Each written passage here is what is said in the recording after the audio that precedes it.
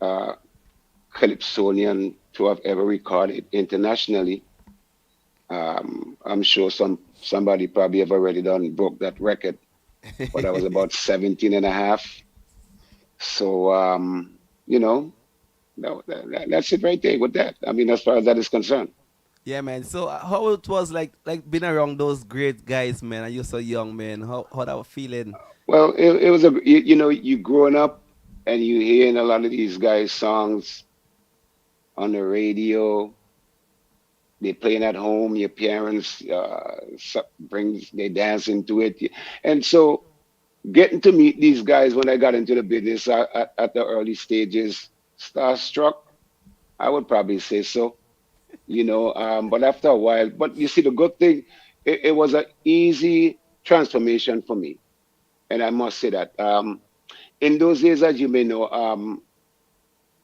a lot of artists was having problems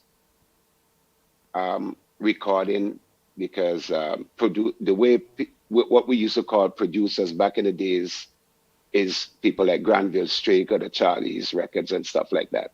So when these guys, when you go to these guys here, it's a different story altogether when it comes to music because you're starting from one angle.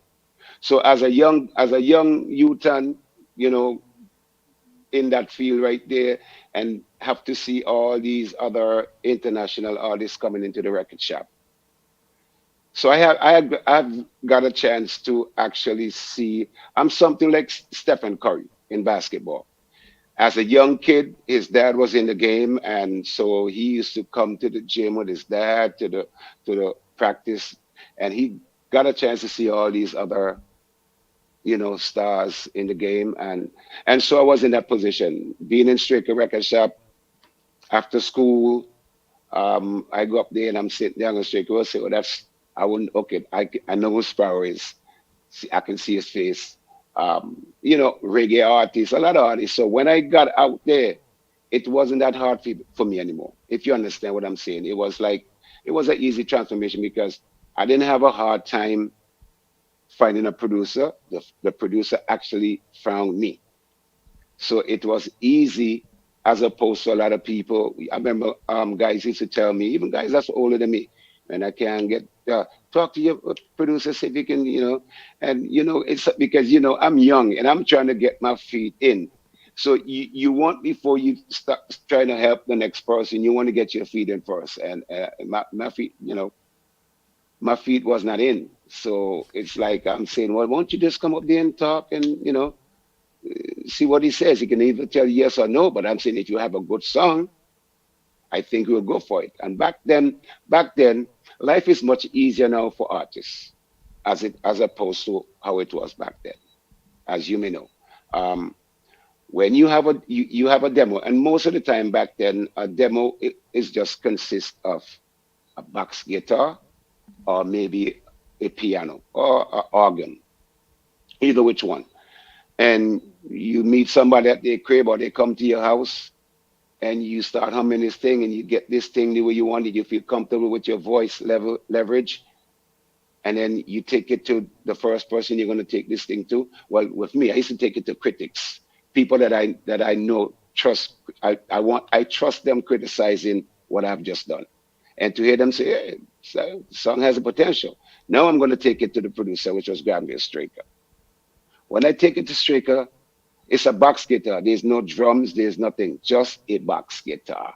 So he would put it on, and all he's hearing a box guitar. And he's used to hearing these things, because most artists used to do that. Bring box guitar, piano, whatever. So he's listening. He's knocking on the counter. He said, "It's a nice song. It's a nice song. Take it to Frankie."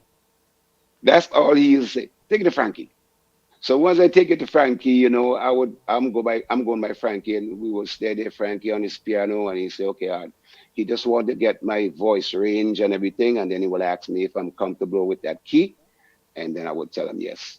But I think we jump in the guns as far as that is concerned because we want to start from how, Big it in. Yeah, yeah, yeah, yeah, yeah, yeah, yeah, yeah. yeah. But You as know. we on Straker, just tell us a little bit about Straker because a lot of people may not know what he did for soca across the region. And I was saying Vince about across the region, you know. So we'll touch that, Oh, then we'll start from start. Yeah. okay. I'll be glad to do that. That's a great question. Granville Straker.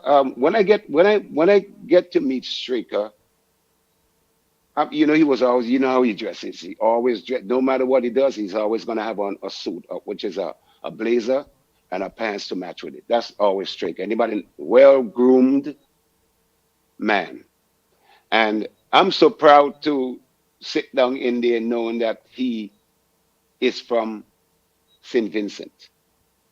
That's one. That's a big plus for me because I'm seeing all these people coming to him, Sparrow, everybody coming in, and I'm saying this is a Vincy. So I got swell headed. I was so proud of this guy. I'm still is. Um, and so watching the things and see, because I used to go a lot of places with him. That's how I learned the business so fast. I was almost like his son. The funny thing is, he told me him and my dad was the two only bike man in Layu. The only two person that had these two bicycles, and I remember my dad vividly had this red bike, and he used to clean it down every Sunday, and the lights was flashing. So when he told me him and my dad was that close, it felt like it was a bond with me and him right there. We just mesh. So anywhere he would go, he would take me with him. Pumps, let's go take a ride. We went to the studio. But Winston, when he took me, he told me when I went there one evening after school, he says, I hear you can sing. So I said, who told you that? I said, no, I hear you can sing. Your brother told me you can sing. So I said, I mean, I sing in the house, I sing in the bathroom when I'm in the shower. You know, I mean, when I first came here, I started, you know, playing second trumpet in junior high. I was 11 and a half years old, and but I used to sing a lot. So the instructor realized that I was doing a lot of singing, as opposed to the first thing I'm doing is taking up the trumpet. And he says, you have a good voice. You ever thought about singing as opposed to playing trumpet? Because if you play trumpet, it can affect your throat with your organs and everything. So I thought about it. I said, well, you know what? I can do that. I, okay, if you think I can sing, I will give it a try. So we're about to graduate from junior high, and of course we have the junior high school band. I was part of the band, so we have music scores in front of us, and we have to play. I forgot the name of the song. I think it was Teddy Pendergrass sung that song. Wake up, everybody! I remember that, you know. So we play that song, and that day after graduation, my mom's down there watching us, and that was the last time I touched a trumpet. I remember they gave me the trumpet, so I took it home and I gave it to my brother, my older brother, and then from there I started singing.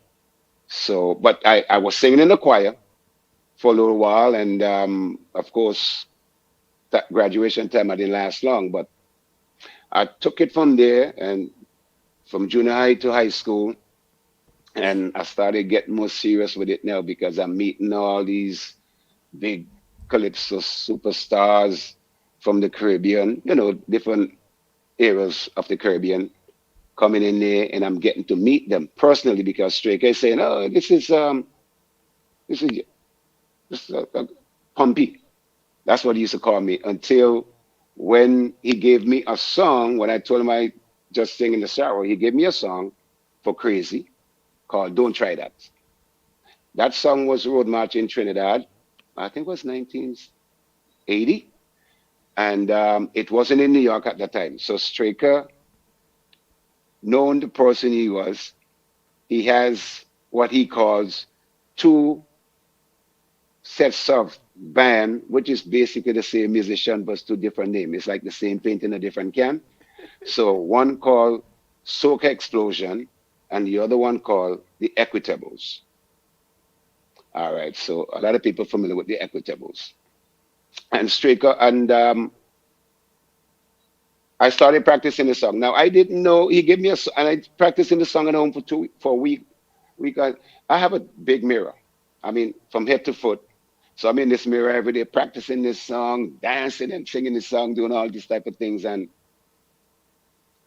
I was ready. At least I thought I was ready. I'm young. I thought I was ready. So he says, "Pompey, think you're ready for the studio Tuesday?" I said, "I'm ready." He said, "You sure?" I said, "I'm ready."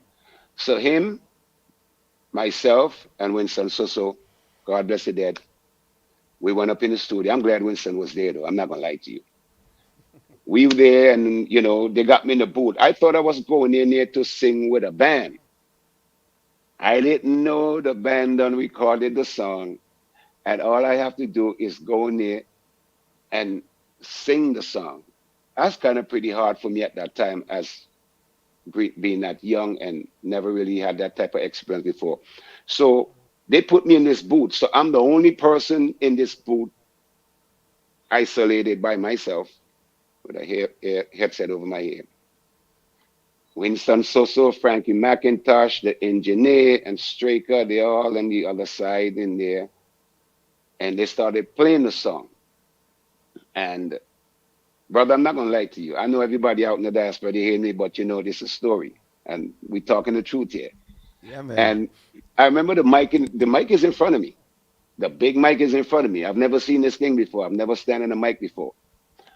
Mic in my hand is a different thing than a mic in front of my face. So I'm singing the song, and for some reason, I'm nervous. I'm sweating, sweating. I asked them for some napkins. They gave me the napkins. I'm drying it off. I'm sweating.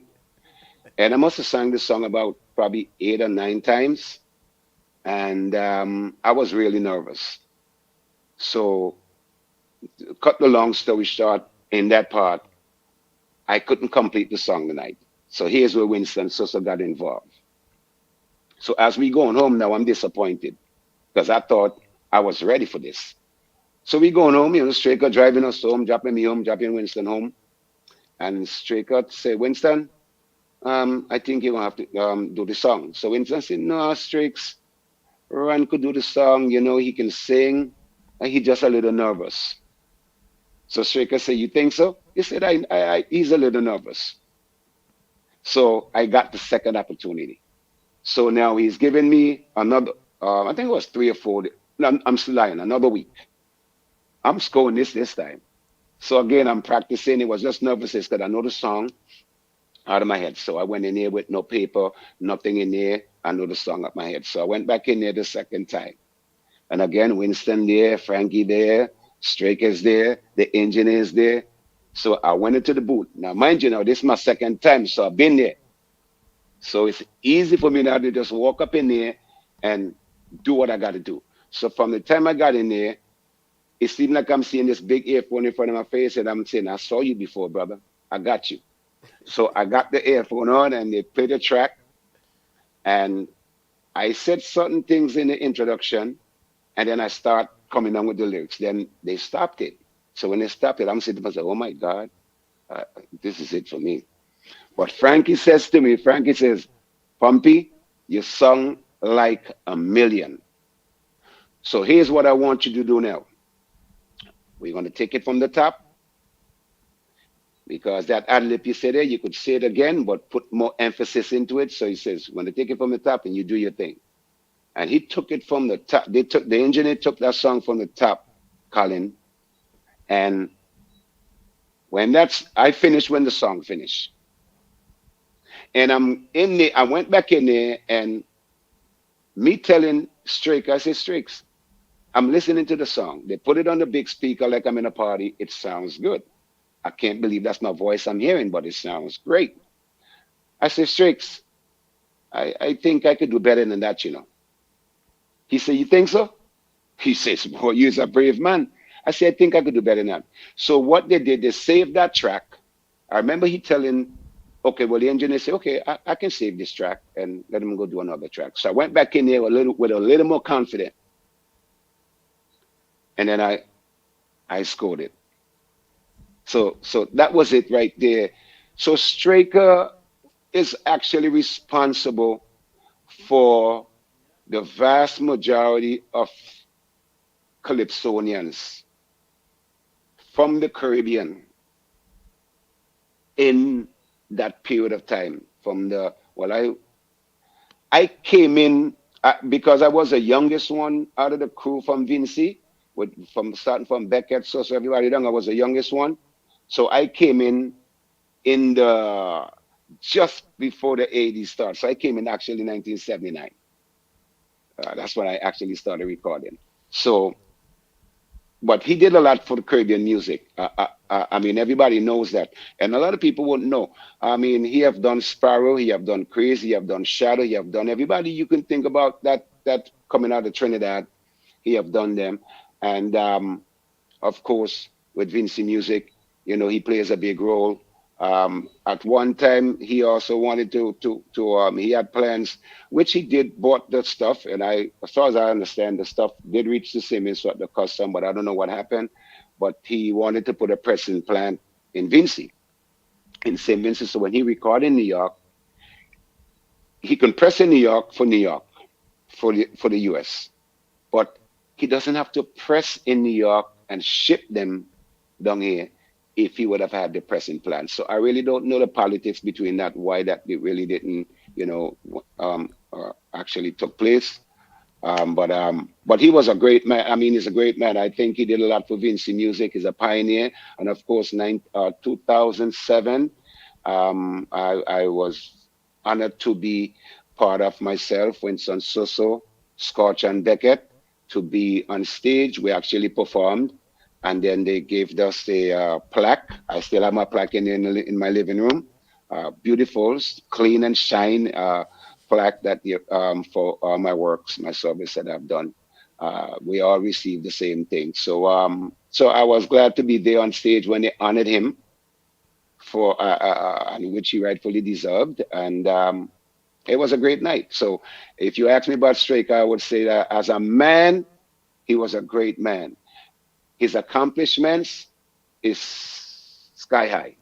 I mean, I can write a book on on this man for because it's like I grew up. So when I left when Straker gave me this story one time, right? So we talking in an interview. So he says to me, when they started to actually do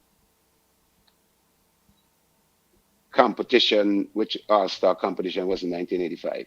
Remember, I had this song, my first song I'm going to give Straker was 1983 in terms of original song, which was Wine Maria.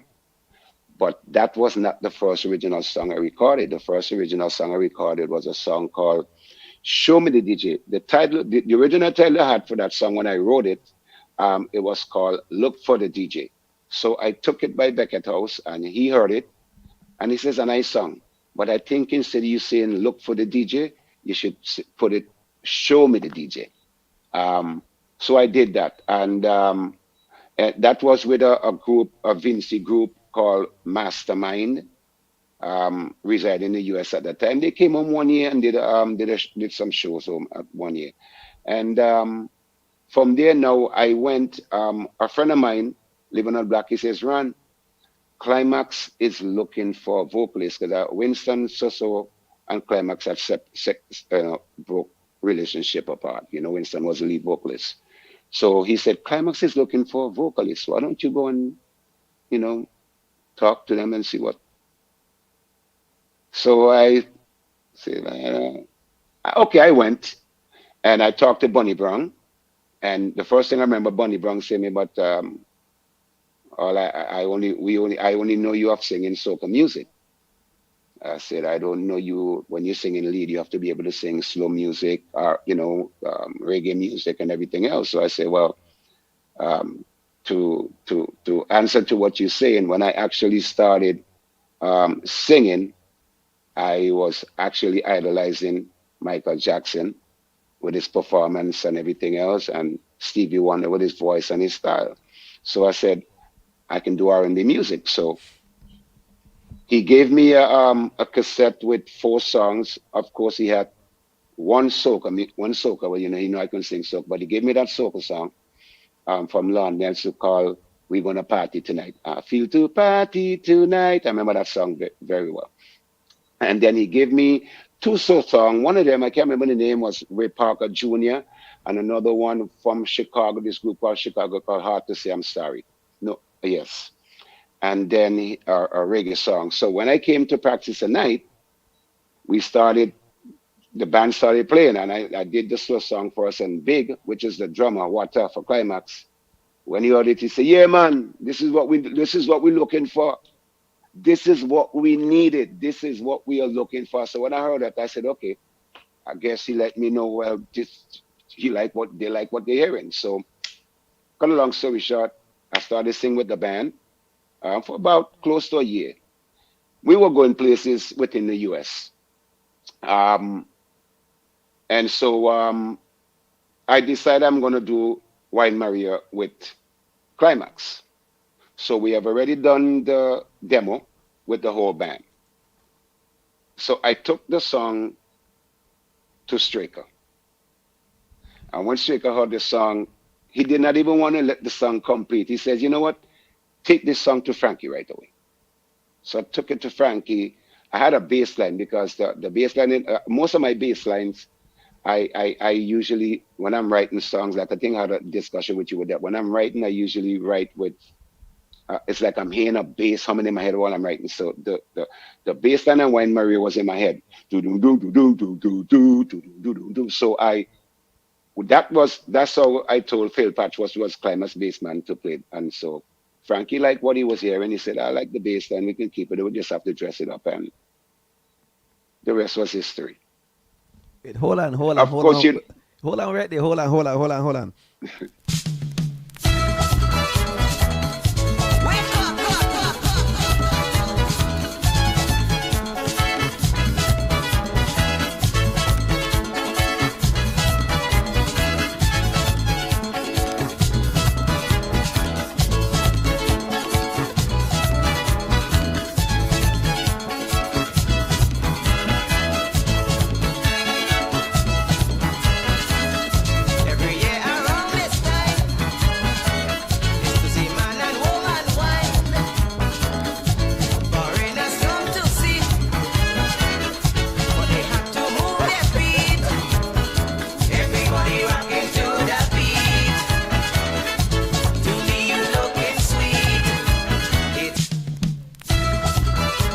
Ray says, "Pull up the thing, no man." Tell you, man. Yeah, yeah. You're speaking to the great one. Ron Yes, sir. Pompey. In the house, in the house.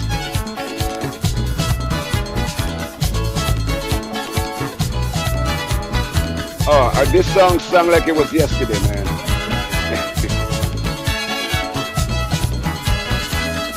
Every year around this time is to see man and woman wine. Foreigners come to see, but they have to move their feet. Everybody rocking to the beat. To me you looking sweet. It's mass we play mass. Wine Maria, wine Hey! Wine Maria, Wine Maria. I know they liking it out there. I know they liking it out there. Yeah, yeah. Just wine, wine, wine, Maria, wine. Hey, she's a bad mama.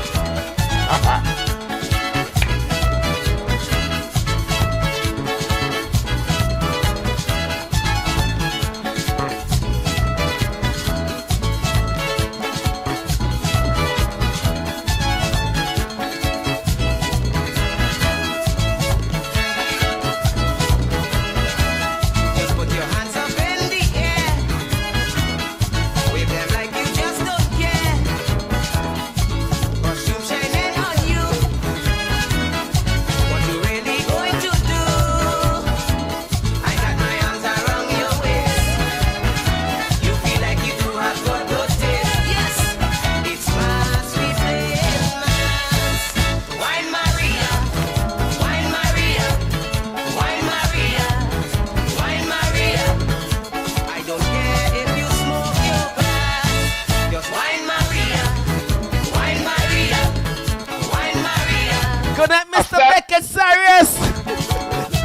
And your friend is here. Beckett is in the building, man. Beckett, The Beckett, doctor's in the building. that's the doctor, man. That's the doctor. That's the pioneer. That's You're the man who inside started. Vincy That's the man. Live every Saturday from 8 p.m. Yo. Yes. Well, you see, Beckett is in the building. That's respect to the boss. Yeah, the doctor. Yeah. Let me tell you something. I never really tell Beckett this, but I think he knows that he is the boss. And I think everybody that is in my field of music should know that. And not only in St. Vincent, he's the boss. Folks, Beckett is a boss all over. And let me tell you something. You see that teaser song? You see that Kevin Little song you turn me on? I don't even think Beckett knows that. But I used to go to a lot of party in them days. And believe you me, I used to get goosebump when I go to an American party and hear teaser. That was a great feeling. The same feeling I had when I hear Kevin Little song playing all over the place in every party I go to, American people singing it. And a lot of the same thing, like I said, a lot of American people knows teaser. When I say I have a cousin and we're related, and he would tell you that. So I would hum this song. You know this song, I have a cousin that sing it. Well, you were nothing but that. I say, yeah, that's my cousin. They wouldn't believe me. But he's the boss. He is the doctor. He deserves to be, and respect due. So I mean, it's always. And listen, we had a great show, Independence. Wait, Yeah. hold on. Beckett have the best catalog of soca music in the Caribbean. I don't care what nobody say. He have the Again, best catalog of music. listen, when I say he's the boss, I guess let me explain why I said he's the boss before we get back to what we're trying to do with me. Right. The reason why I said he's a boss, he's a complete package. And that's what it takes to call a man a boss. He's a complete package. He writes his own song, and he's a goddamn phenomenal songwriter. He Right. writes his own song. He has his own label. I mean, there's nothing in music, speaking of music, that he did not accomplish in terms of Caribbean artists. He's a boss. And he knows that. He knows that. Respect to the boss of all time. He's the boss. The big And I boss. think I think from now on I'm gonna start to address him as that. He is the boss. I mean, you gotta give Jack the jacket. I don't care who come after this man, but people have to realize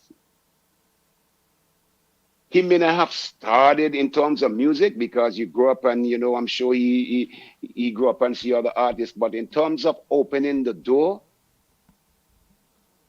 that marijuana song 1977.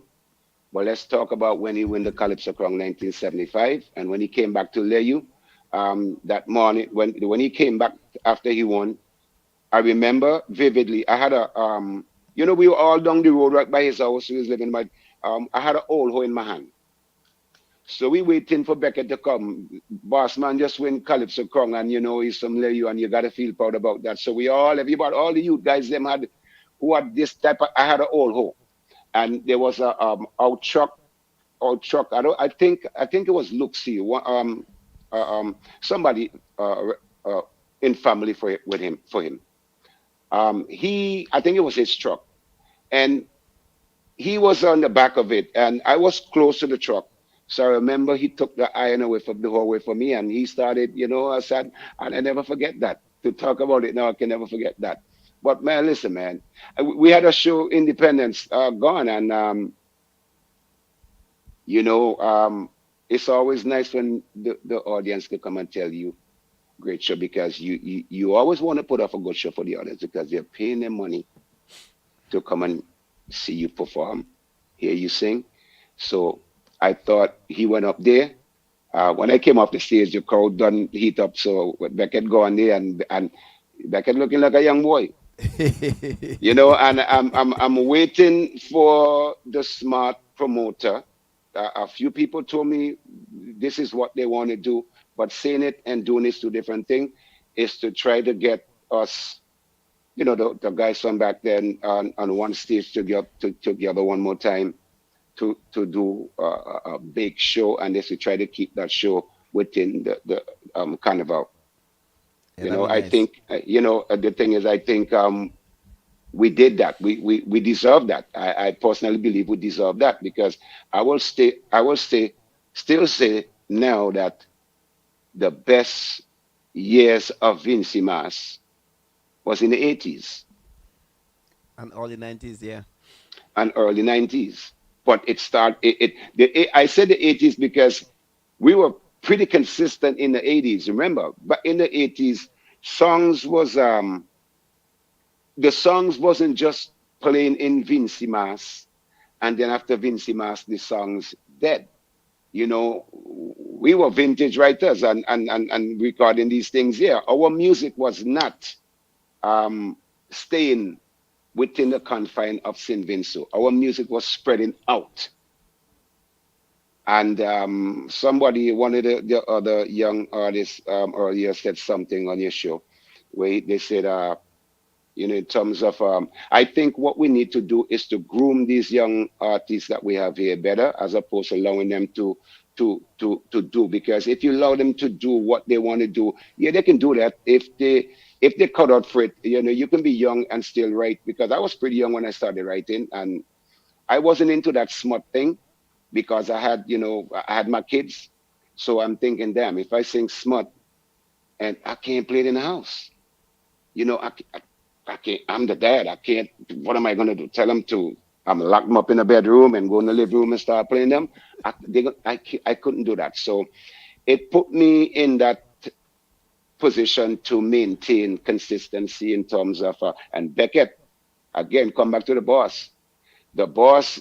I mean, being in you here, knowing that how consistent Beckett is every single year for Carnival put me in that bracket to let me know, right? Because I know the people in Layu. They will let you know if something wrong.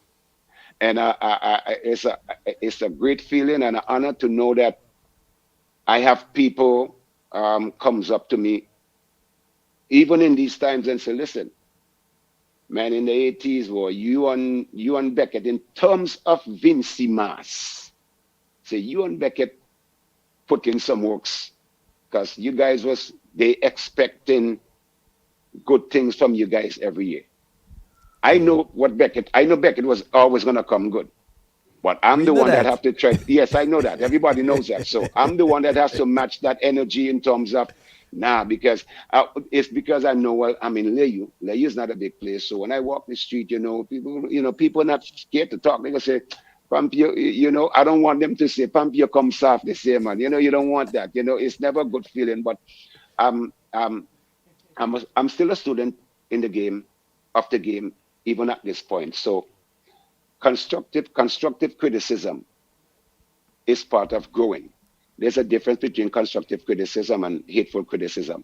I could take constructive criticism now because these are the people that's going to buy your music, support you, come see you sing. So if they tell you, Ron, you need to put up the tempo a little bit, I'm gonna listen. I'm not just gonna say, well, who are you to tell me that? I don't do those things. I listen very carefully. The smartest man in the world is a great listener. Yes, yes. But Uh, Ran, tell me something. Tell me something. I used to be around you guys when you come back 7 minutes by strikers. But one thing I always noticed with you guys had this unity. Like you see, all you guys used to be hanging out the strikers and talking and liming. You never yes, like enough. yes, yes. I enjoy that. Yes, that those was great fun. But I had one little problem with that. We would meet up, and most of the time it was premeditated. Where we will say, okay, if we meet up today, we're gonna say, okay, guys, what are we doing tomorrow? Are we in Vincy? We on vacation? We come to do some work. We performing or whatever. What are we doing tomorrow? Well, we do the same thing. We meet up in town 10 o'clock, and we're gonna have some breakfast and walk around for a little bit. So that's what we used to do. So anyway, in those times, you see Winston. So you're gonna see me. You're gonna see Kajik Forbes. You're gonna see Scorcher. Ziggy. You're gonna. I used to walk around with a Monolta camera, and I became a photographer. So a lot of pictures I was taking with these guys here. I was not in them because I was the photographer. But I have those pictures up to this day with taking with Winston Susso Scorcher and everybody, with me, Winston Susso and Scorcher and Codget Fobbs in the studio with Randy D at 705 Radio. I I have still those memories. I still have them. Yeah, I man. still have them. But how come? So But how come you guys never like compete against each other in that sense though? Like because now most of the younger artists everybody fighting on each other and you guys was like at the top and you guys was just so close to each other. yeah, we was competing. No, We had competition. Don't forget we had the All Star no, competition. but I mean the respect you have for each other though. Oh That's what I'm yes, speaking about. yes. It's supposed to come with the package when you're in this business or in anything in general. If you're gonna deal with the public, I think it's imperative that you have to discipline yourself. You have to respect people because when you give respect, obviously you get it back. But the first and foremost, you have to believe in the Most High because if you don't believe in the Most High, you can't believe in nothing, nobody, not even yourself. So it comes with respect, and I respect these guys, my peers. They show me love, they show me respect, and I do the same thing back for them. Were there hiccups in between?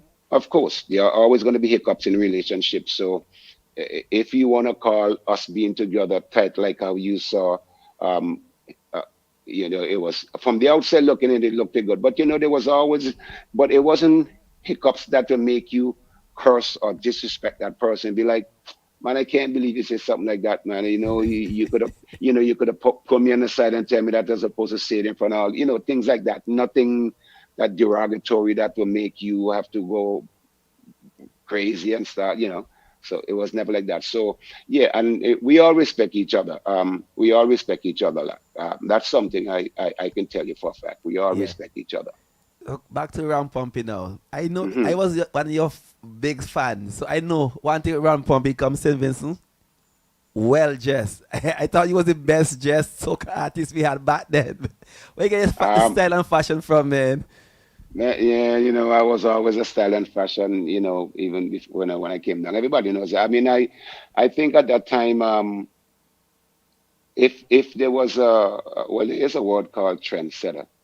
I would put myself in that category because I remember when I was coming home, I was bringing home style, the way I dress, the clothes I wear, the hairstyle. I remember when flat top first came in. I hope nobody can argue with me with that because I put flat top on the map in Vincy, and then from the flat top, I started doing designs around the flat top. Crazy designs. Um, that people used to just look at and didn't have the machinery to get those type of things, neatness designs in your hair. Everybody, these guys was using razors. But when I came down here to maintain that haircut for a month, I'm down here doing the Vincy Mass. I had one of my cousins who is Parry. Talk about Parry earlier. Parry is Right. my cousin. Parry is Well, my cousin. So they used to come to my house ever so often during in those times there. So his brother used to cut my hair, which was his oldest brother. He used to not really cut my hair, but he used to keep the designs fresh for me, and stuff like that. So yeah, wow, so yeah, yeah, yes, yeah. yes, I consider myself at that time, and this is not bragging or anything. It's a fact because Mm. even you can see that. I mean, but I was aware of that. And I thought it was important to do that. I mean, they see style in magazines in New York and see how dressing, so they can do that. But actually seeing somebody in person with these with the style and everything like that, it kind of like yeah, man. And when you're going back, leave that sneakers with me, or leave that pants with me, or whatever. It's style and fashion. So Yeah. it was all good, man. Yeah. So we talk about the clothes, we talk about the music now because wait, hold on 1 minute, 1 minute. Sure.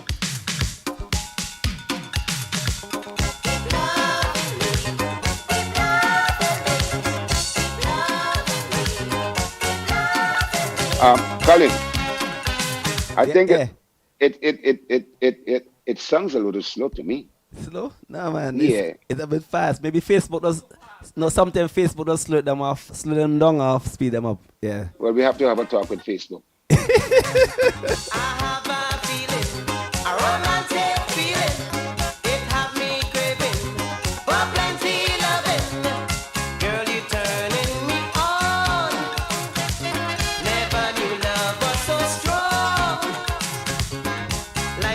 remote control.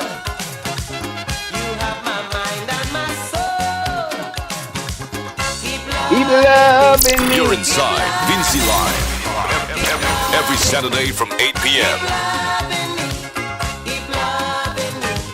Keep love. Hey. Keep loving me. Keep loving me.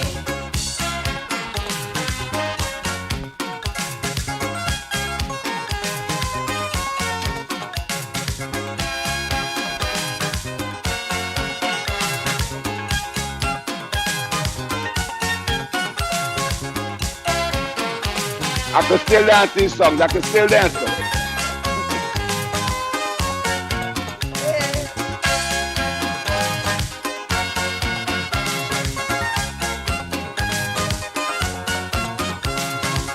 If If I I have to, evaluate you, I will give you 102 for your for your personality Hey, hey. and your gorgeous body. From the day you chose me,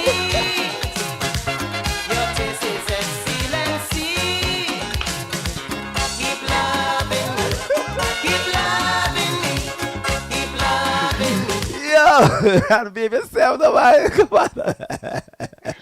Excuse me, y'all. We liming. Yeah, We excuse me, liming. y'all. But y'all know, I mean, we get caught up into these things. With me, I'm gonna be honest with you. With me, I just get blackout. When I'm on stage, and people, some people wasn't believing it, but when I'm on stage, and still don't believe it. When I'm on stage, I actually just get blacked out. It's like I'm focused on what I'm supposed to do, so I don't really see the crowd. I don't be really seeing what people doing. So, I would have, people, photographers, paparazzis, and everybody all over the place taking pictures. So listen, this is you. I said, this is wow. So it's like I'm unconscious, numb when I'm on stage in my zone. When I'm in my zone, I just don't see much. Wait, I hold on, just hold feel on. the vibes. I want you to tell us about the intro of this song. I love the intro of this song. Listen, hold on, hold on.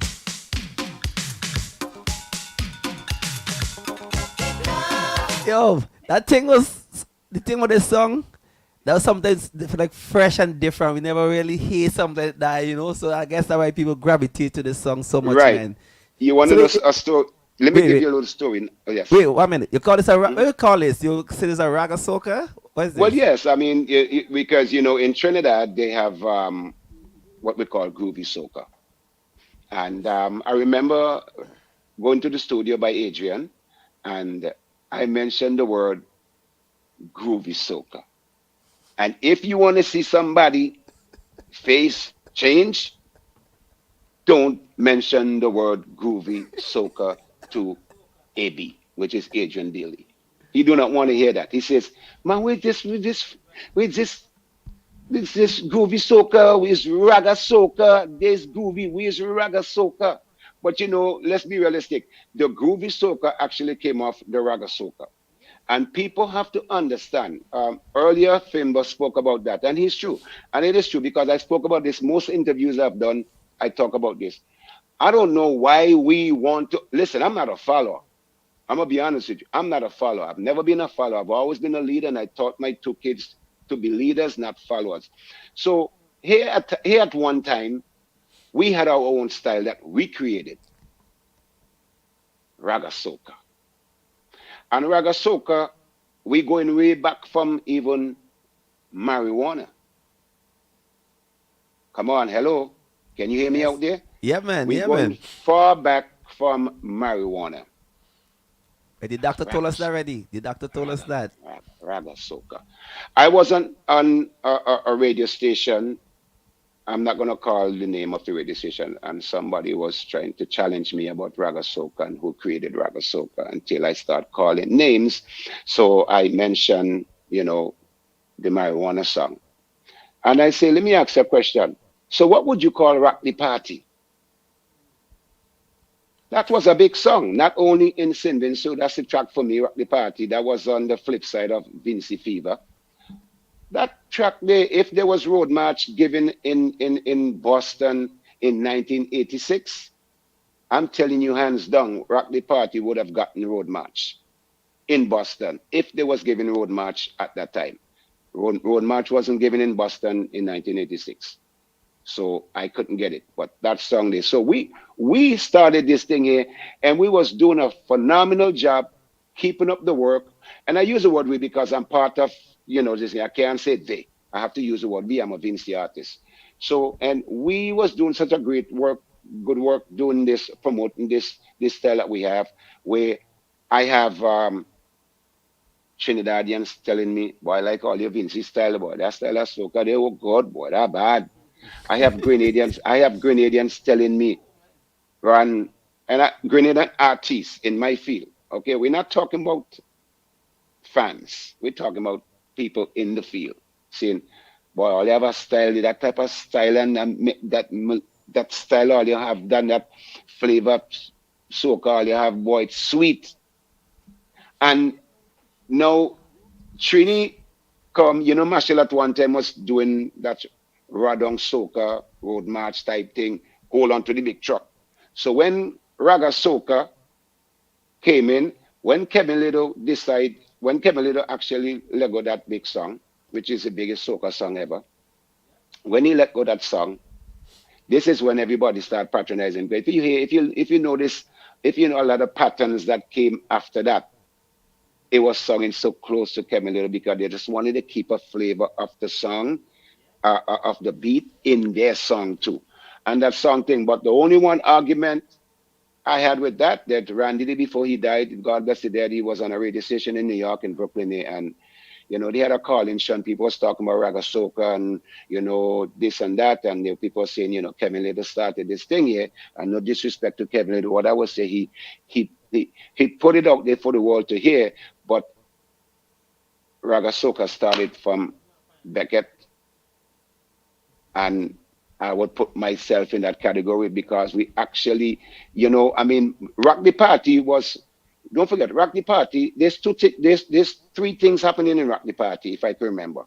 One, Rock the Party being the first calypso soca ever, read my lips, ever to have used keyboard horns.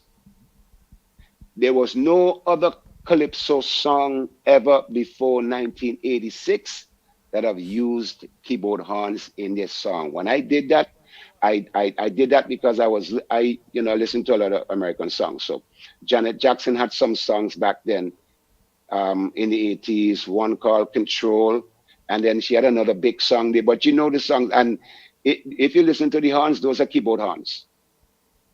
And I told Frankie, I said, Frankie, I like the horns that I'm hearing. And I had to Frankie said, well, bring this song for me, dear. So I took the song for him, and he said, okay.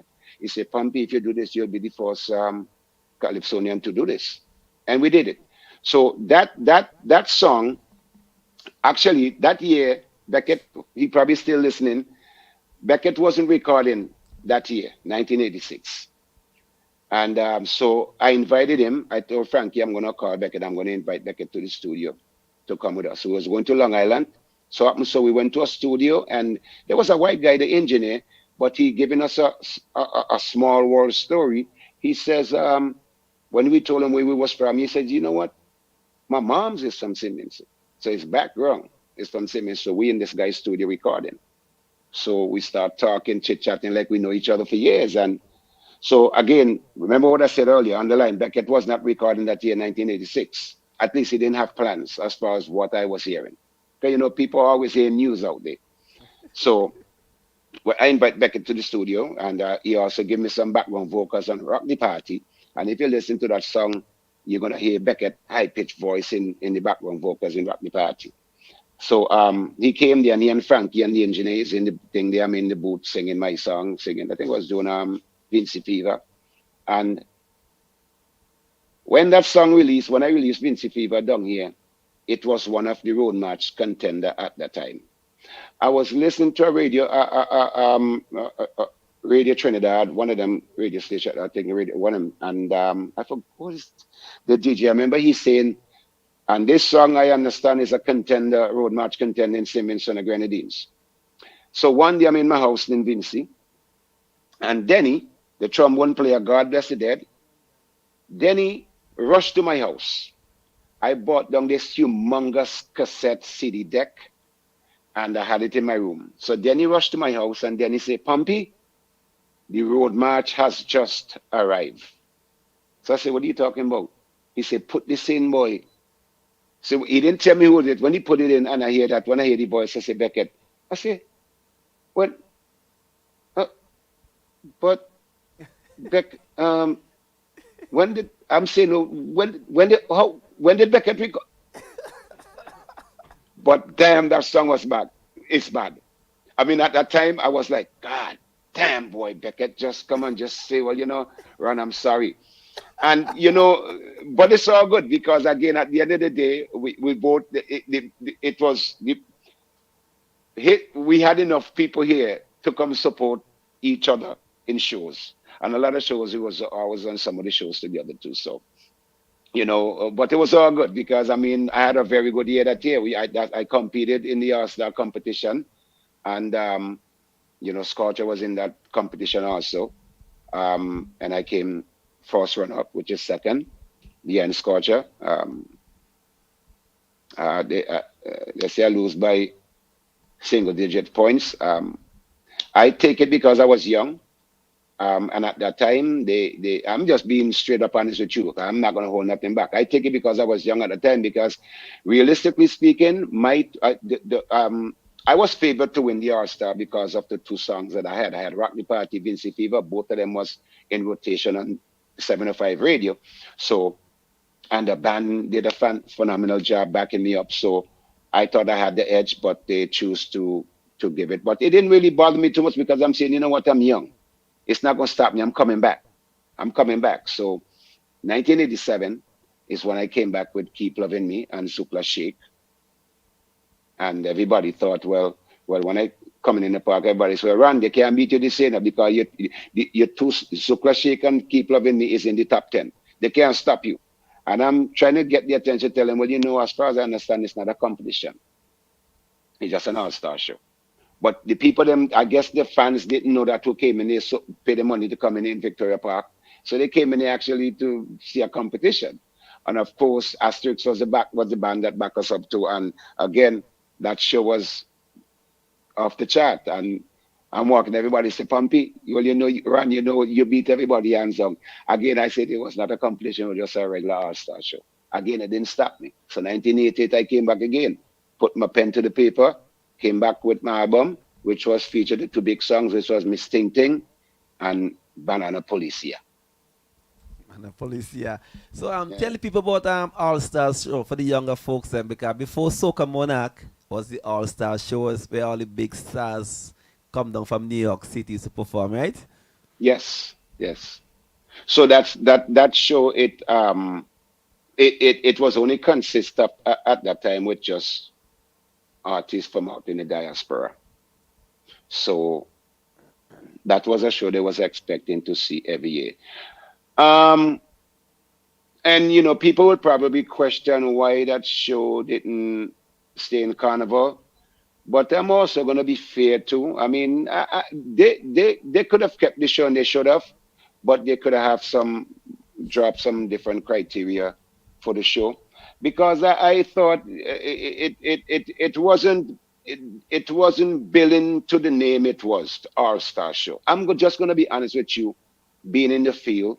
Um, I don't think some of the guys on that was on the show who coming down from out the diaspora from States, Canada, or wherever, England, uh, or wherever they're coming from to perform.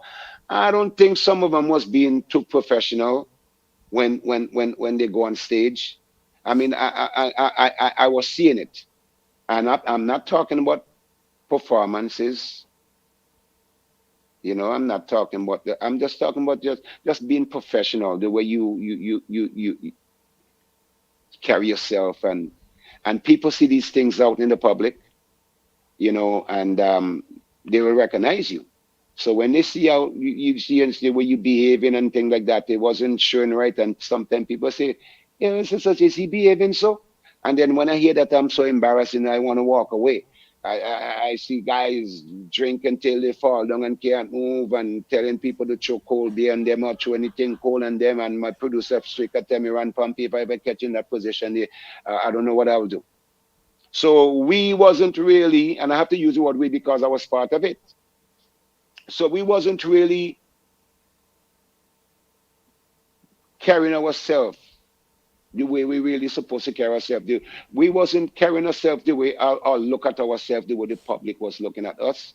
And because of that, maybe the promoters who was promoting show at CDC probably seen some of that too. And the show was actually we were losing, every year it seemed like we was losing That the a fans little bit of them. people. Yeah, Yeah, a yeah. little bit there. But I think they could have had some more different criteria for that show there and bring it. In other words, now, if you don't, I don't know, because if I say that, the people say, oh, you're being biased or whatever. But I guess I'll keep that part to myself. But I think they could have kept the show because in Trinidad, every young Calypsonian in Trinidad knows the older Calypsonians. It comes like it's almost a must that they have to know that because why? The most important, they kept the songs playing on the airwaves.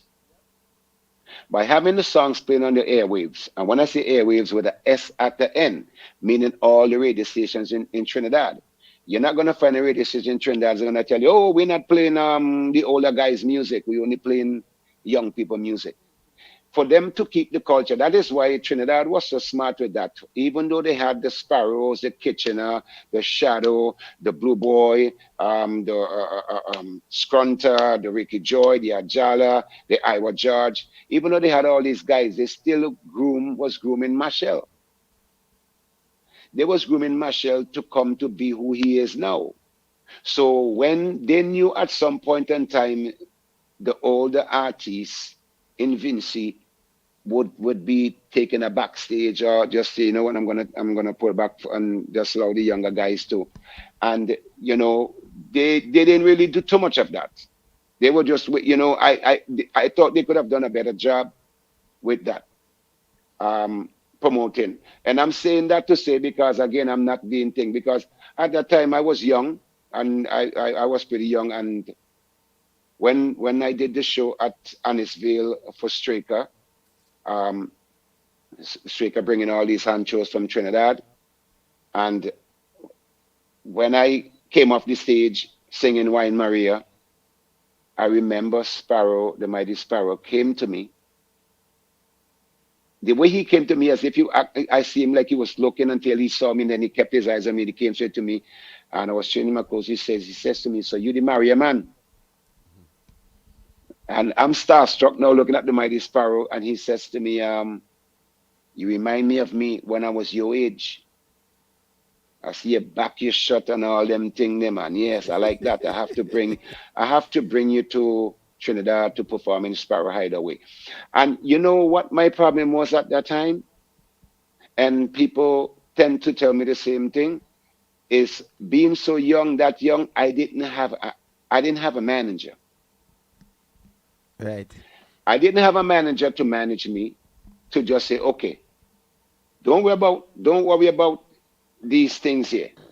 You just concentrate on music, concentrate on writing and do what you got to do. I didn't have that. And I believe if I had that, things might have been different. I've done shows where a guy from Trinidad called Winston Divine, who wrote a lot of songs for a lot of calypsos in Trinidad. The guy sought me out in a show that they had called Calypsonians with Voices at Bees Fan Club in Brooklyn. So I was there with the Baron, the singing Francine, all the Calypso, and they was calling Calypso, and they had Winston Soso was also there. And this guy came to me in the dressing room, and Winston Divani says to me, listen, I like your style of music, I like your voice. Let me write for you. And that's one of the things I regret I didn't do. It would not have hurt to hear to listen to something that you got and record something that you got, and even though I was doing my own thing, and that's one of the things I regret I didn't do. Yeah. Ran, hold it, hold it. I just want to do a plug. When we come back, I want to tell them the decision you make that save your life. Oh, okay. Yeah, right. So Sure. All hold right. on. All right. So yeah, my people. Yeah, man. So if you're into Calypso, this Wednesday coming, the 29th, Vincy Lime gonna be live streaming upstage experience Calypso tent. So yeah, man, join us next Wednesday at 7:30. It start. I'm gonna be on at 7 o'clock with my boy Short Moss. So yeah, if you want some Calypso, if you want to hear all the comments and Vincent, follow Vincy Lime and tune into Vincy Lime, man. Next Wednesday, yeah, man. So we will lime in Calypso the 10th. Yeah, man. We touching 10th Wednesday night from 7 o'clock, right? So join us, join us. Don't forget. Tell a friend. Tune into Vincy Lime, man. If you want to hear all the comments and savings, so all the 10th, we're going to touch in 10th Wednesday night, right? So we're starting off the thing Wednesday night, 7 o'clock. Yeah, man. So don't forget. Tell somebody. Vincy, Vincy fever. Vincy fever. Vincy, Vincy fever. Vincy fever. Let's fire Empress. Good night. Fire! That's my girl right there, man. That's my girl right there. Winston. Johnson, good night.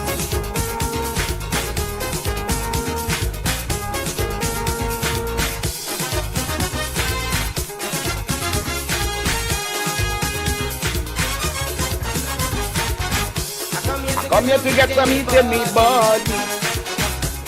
9 months of cold and broken ain't easy. Vincent, we're singing and get ready. We going to rock and start.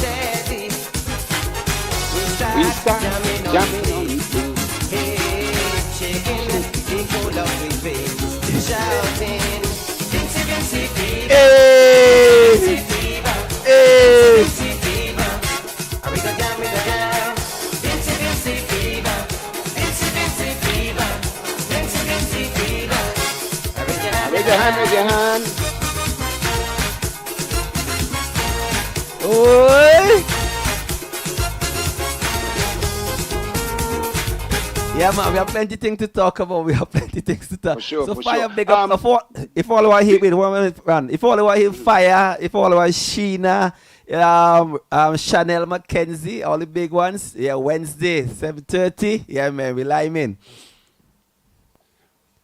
Okay, so before you ask me that question, fire's in the house, and by you saying fire, I don't know. We was talking about keep loving me, and I wanted to do over keep loving me so bad, but I thought it was imperative or important for me to do a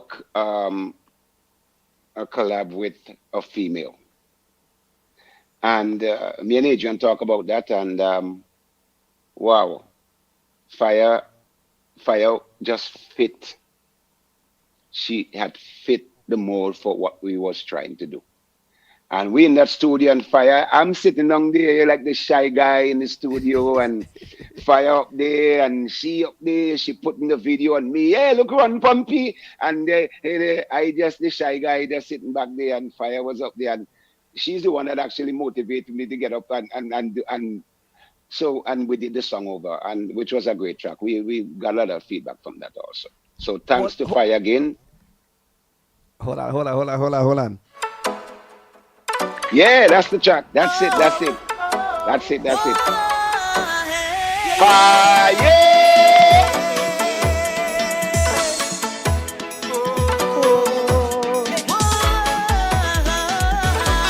Give them fire, give them. Hey.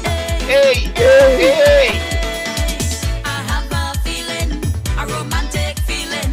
Yes. Got me craving for Ah. plenty loving. Tell them. Boy, you turning me on.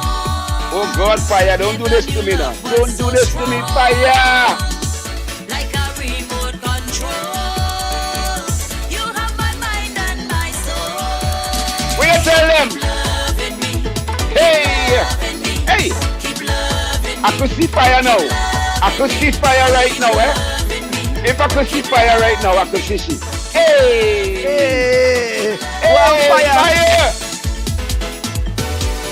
Fire. Hey. When fire and she program and she doing these things. I Hey! have to evaluate you. I I will will give you 102 for your for your personality personality and your and your gorgeous gorgeous body. body. Hey, hey! From the day you chose me, your taste is excellency. Give me, give me, give me, give me, give me, give me. Keep Loving love. me, Hey, loving me, give me. loving me, Cha! loving me, Oi! loving me, Brook! loving me, Cha! loving me, keep Keep loving loving me. You want it? Make a fire one time. Fire, respect fire. You don't know. You don't know how we do it. And listen, fire, I know you're hearing. Look, don't worry, because they want to see me and fire. When I did my 40th anniversary 2019, one of the first person on my I had to be on my show. Fire, fire. Fire. She knows that. And because fire has an energy, and I get I just get torn on when I see performing people on stage performing. And when I see fire on stage, other woman and she doing she thing. And all your Fimba said it. I could put fire on stage with any female in the Caribbean when it comes to soca music. Just being straight up. Um, she's a pro. And look, we have to give credit where credit is due. I don't know why sometimes we so reluctant to do that. And we have to stop that, because that's the only way we can get our people.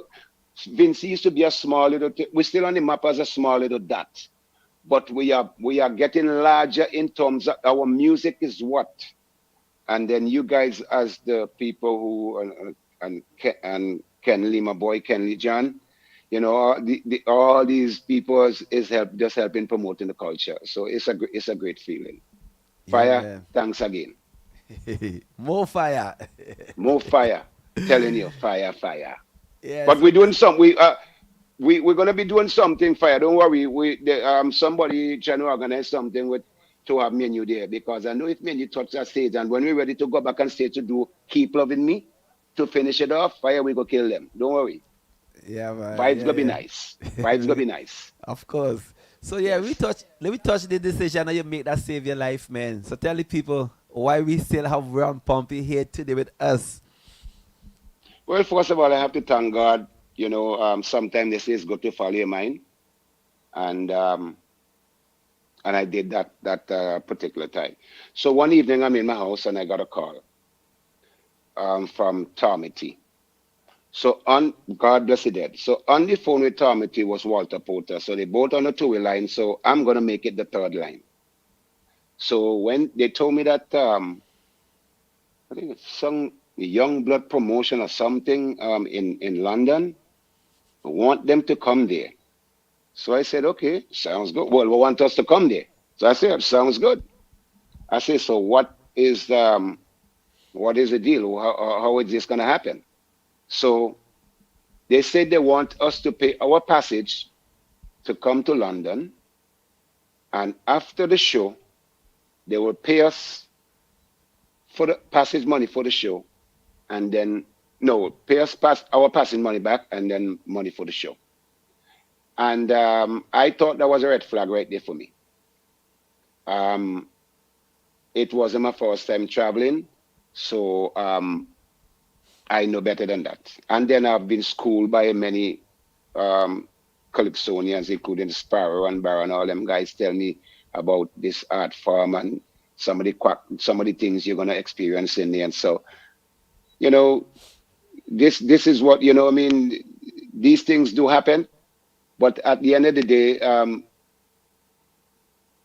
I decide I don't want to go. I said I don't like the deal.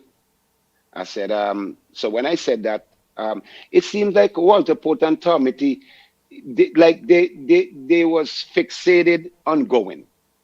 So when I said I don't think I want to go on that trip, I'm thinking about my daughter. She was just 5 years old, and I'm gonna go. Okay, I'm gonna. If it's a job, they're gonna pay. I'm going. They're gonna send half the money here to me. I mean, when I was they're gonna send half the money there, and then I'm on my way.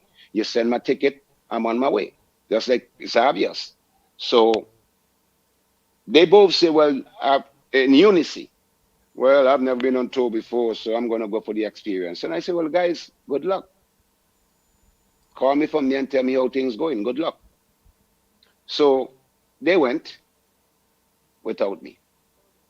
So I'm thinking everything is fine. The guy is doing okay. I didn't get a call when I told him to call me. I didn't get a call. I don't know if they called when I was out the house. I didn't get a call. We didn't have cell phone at that time. There was no cell phone existing. So, but anyway, I went to a barber shop and to get a haircut or well, shape up. And there's something on the news saying a Pan Am flight 103, an American airline Pan Am flight. Well, it's a Pan Am flight 103 has crashed over Lockerbie, Scotland, I think. Yes, yes, Lockerbie, yes. yeah. Um, so I know Walter. One thing I know, Walter, they were supposed to come back that day. So when I saw that, I said, nah, I hope Walter and Tommy T is not on the plane. I hope they're not on the plane. I'm getting nervous now. So I didn't go and I canceled the shape up. So I walked up to Straker, to the record shop. It was about maybe about 3 blocks from the barber shop, my barber.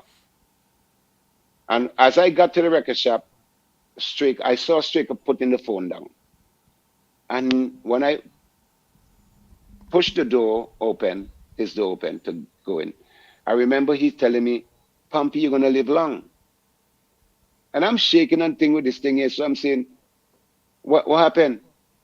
Um, I just hung up the phone from a young lady in Toronto, well in Canada. She's a fan, and the young lady is crying on the phone. And he said the young lady was telling him, well, he's too young to die, and he could hear my song playing in the background as she's crying. So Straker told me he was trying to tell the young lady, calm down, calm down, calm down. It wasn't Ron Pompey. It was Walter Porter. And when Straker told me that, I kind of like feel away. I mean, it's like I'm saying, if I would have gone to London, I would not be here talking to you because I was not gonna stay in England during the Christmas time once I done do what I have to do. I have a 5-year-old daughter, my first child, and there's no way in hell Christmas was gonna miss me with my daughter. We had a bond from birth, so that I was not gonna miss that. So I would have came back with Walter Porter. Walter Porter was coming back because he had to come back. His son, he never been away from his son for Christmas. His son, Walter Porter Jr., was about 11 and a half. My daughter was 5. Now, the reason why Tommy T didn't get caught up into that is because he didn't one, he didn't have a wife. 2, he didn't have any kids. So he didn't have a reason to rush back for Christmas. He decided he wants to spend the Christmas holiday in England, in London, with the guys. So he told me he borrowed one of the promoters' car and dropped Walter by the airport, and that was it.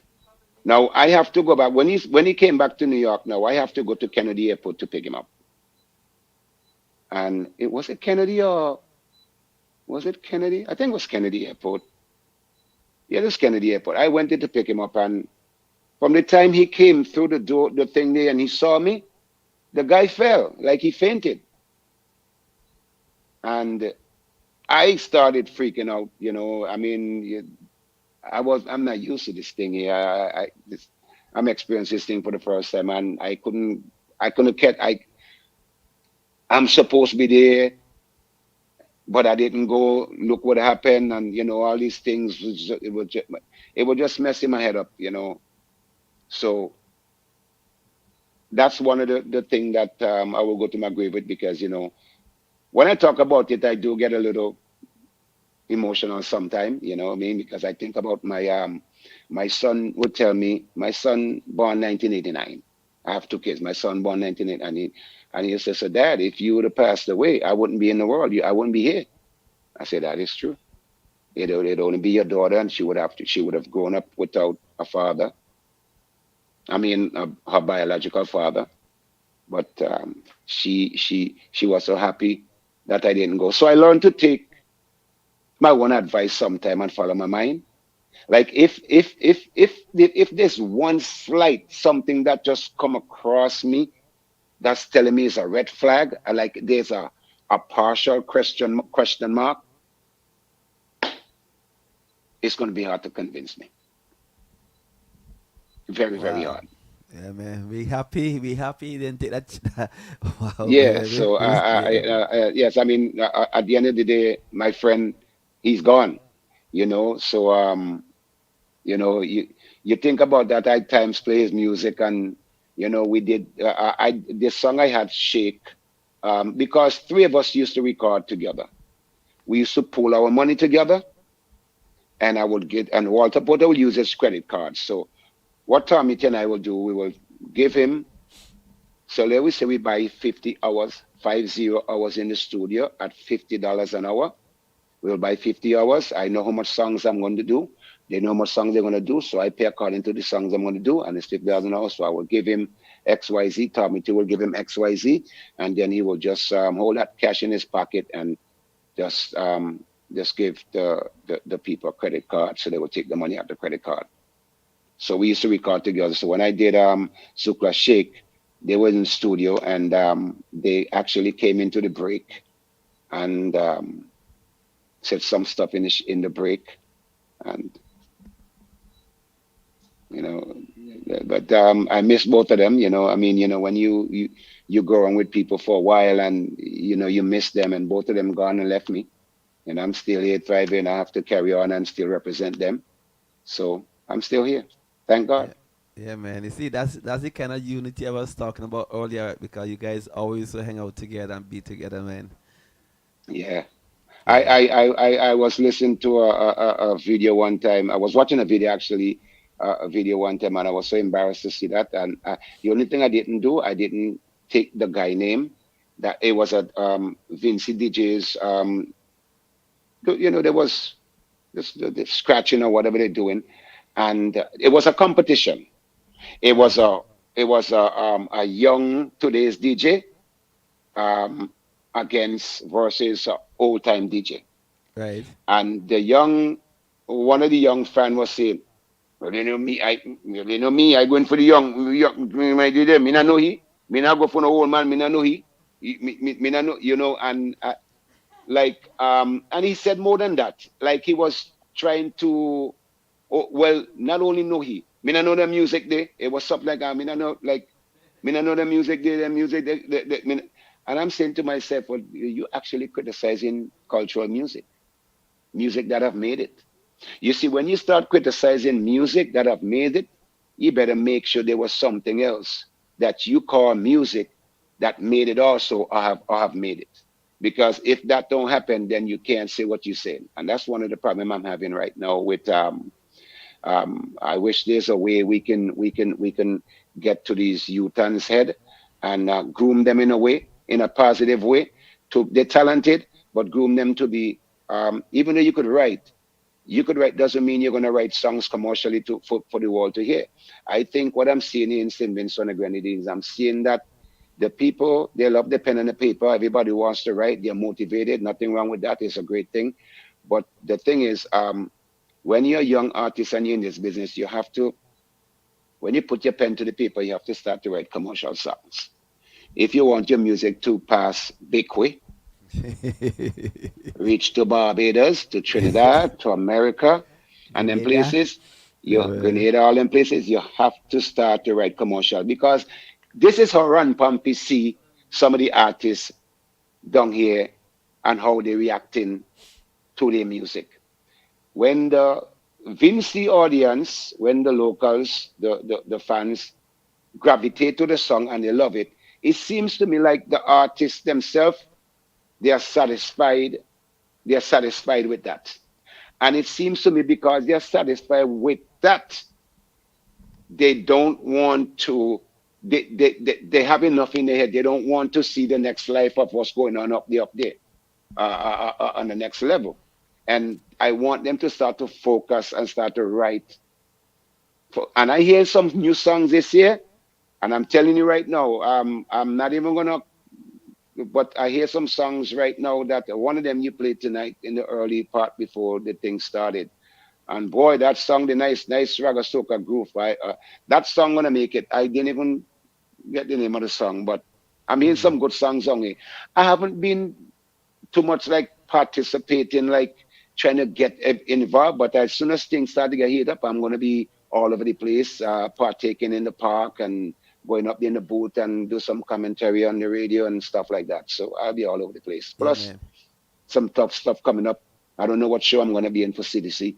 So they still have to talk to me about that. Yeah. I'm glad to say some couple things because I listen to a lot of the artists them in St. Vincent and everybody just once the music get to play in the minivans, they happy. It's like, come on, man, how much is it's billions of people in the world. You just can't study a couple of million vans gonna play music, man. Exactly. You know, so I hope Exactly. they change their mindset and start thinking outside, man. You have to make music for the outer market if you wanna make money.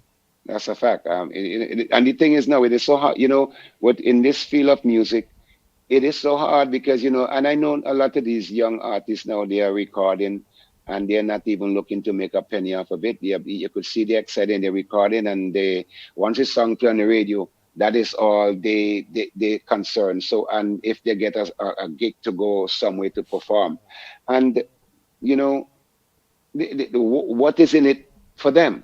I want it to be that there's something in it for them. Right now I'm not seeing it. Again, they have to start to write international songs, and I could give advice to some if they're interested. They could try to link me on through via messenger, and I could give advice. If you could come to me, or I come to you, and I could give advice. I think I have a lot of experience and knowledge I could give to some of these youths. Talented, they're on stage performing. I think I could see the potential. I still think there are things I could be able to groom them into doing when they singing certain songs and the certain part of the song is so passionate that you want to react in an emotional way to that passion in the song. And I want to get that to them because I'm a passionate person when I'm on stage. Like I said, I don't sing. Most of the time I'm singing, my eyes are closed and I don't be seeing things. I see in darkness, but I hear in music. I know. 1 minute, Mr. Ron Pompey. Don't forget, man, we have an artist in the studio tonight. We're doing a live performance for man. Mr. Spade is in the building. So after the interview, we have a live performance tonight. Don't go no way. Yeah, we live in still, man. So Yes, Mr. yes, Ron, sure. yeah, man. Hold on. Yeah.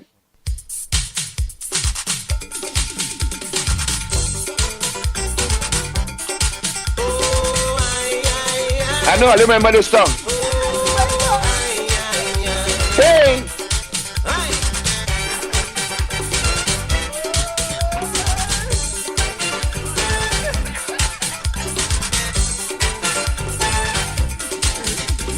Now I feel too shaking like a but no way.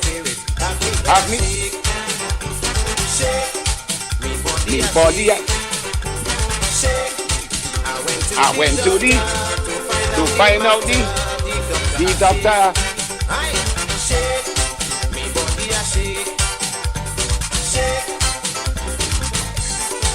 I'm going crazy in my house. I'm going crazy in my house. Yeah.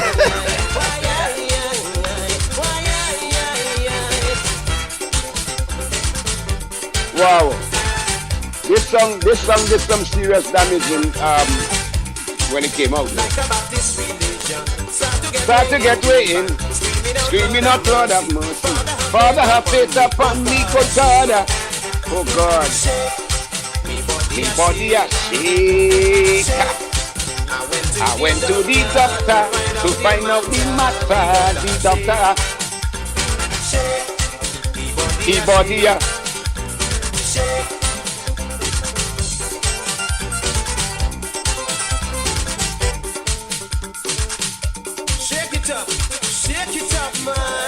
Take Yeah. it up. Mr. Ron Pompey. Hey, Ron, give us a little acapella. Give us something. Give us something, man. Yeah, yeah. With the ladies, them hear the golden voice, man. Give us a little thing. Give us a little something. Give us something. Well, I would have liked to do a song, but I ain't see you pull that up yet. Vibes nice. I Vibes would like to, nice. yeah, I would like to do a thing on that. Oh, before we get to vibes nice. Okay, you want me to stay? Tell No, me, no, wait. No, no, no. Hold on, tell hold on. this, find out from the audience which song, as opposed to me making a decision to do a cappella. Right. Ask the audience Okay. which song they would want to hear me sing a cappella right now. All they tell us, the man want to know Tell which song me, all they want to or they hear. tell Tell me. us, tell us, tell us, tell us. I want to satisfy the audience. I want to satisfy everybody. So instead of me doing something that I like, you may not like it the way I like it. So you tell me what you want to hear. Okay. You might have Yeah, different man. people calling for songs, but if they pull up, say they want one Yeah. particular, I'm sure they will say, "Oh, keep loving me, Banana Police, But Sickum." Which yo, one? it's the whole album, it's the whole catalog they want. Everybody want different song. You see, that's what I'm saying. So just pick one, and Wait. it's not a problem. Okay, when they tell us, right? But I learned something from you, and I forget you to sing social commentary. A lot of people Yes. don't know that. So let me Ah, talk about some of the social commentary while they tell us where they want you to sing. So tell us about your yes. social commentaries, man. Well, of course, when I do albums, and back in the days, it was just me. It was just the norm for Calypsonians when they do albums. You want to make sure you have a social commentary to complete the album. So you have a complete package. So you have maybe two dancehall, two up tempo, wine and grind song, and maybe you have a mid range like a raga thing, and then you have a social commentary where people can just relax and just actually listen to music and lyrics. But more, social commentary is more listening to the lyrics than anything else because I could do a social commentary just a cappella without music. And if the lyrics are powerful, it'll be just as powerful. When Marley did Redemption song, you just I just imagine visualize or try to put in my like how Redemption song would have sung in strictly rhythm as opposed to a box guitar. You catch what I'm saying? So I mean that to me I consider that as a cappella because even though there's a box guitar there, he's still just one instrument and he's just So I have even though I was young, I was still up on what's going on around the world and when I see things, I don't like to see people unhappy. I think that's one of my weakness as a human. Um, if I remember back in the days, I used to work in the public stores, like Southern Cut. Well, as a loss prevention manager, and so I'm on the floor, even though I have a suit and tie on, I can still help a customer. Yeah, can I help you? I see you looking all. Well, yeah, I'm looking for this particular item, and I will go. Okay, let me take you over there and see what you can find, and see if we can find it. And if they can't get that merchandise, I used to feel so bad, like. Well, I'm so sorry that we don't have it. Is anything else you might see that you want and if they walk out disappointed, I feel disappointed for that moment. So I don't like to see people disappointed. So when I see things that's going on, Banana Police was a social commentary, but up tempo because it's basically letting people know, things that have, was my experience. So to a higher standard in terms of the social commentary, where it's a slow motion and you want people to hear the lyrics as opposed to just dancing and so I like to write about things that I've seen and experience and other people's experience. And like I said, I watch a lot of news and see what's going on around the world. So I do have a few tracks that you might even have there What? that Tell us some of the names of some of the tracks that you well, social commentary. I have a track called Freedom. Um, back in the day when Botha had all this stuff going on in South Africa with all this apartheid and all these things, Mandela locked up, so I sung a song about that. that that those Okay, times. hold Yeah. it right there. Hold it right there. Hold it, no man. Pull it up from the beginning. Pull it up from the beginning. Pull it up from the beginning. I want them to hear your everything from the introduction.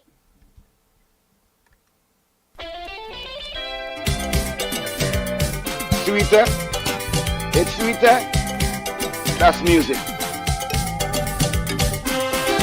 Oh yeah.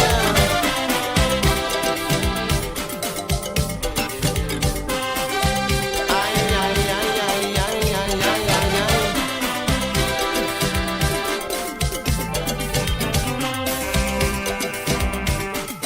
This situation is very serious. I mean, very serious.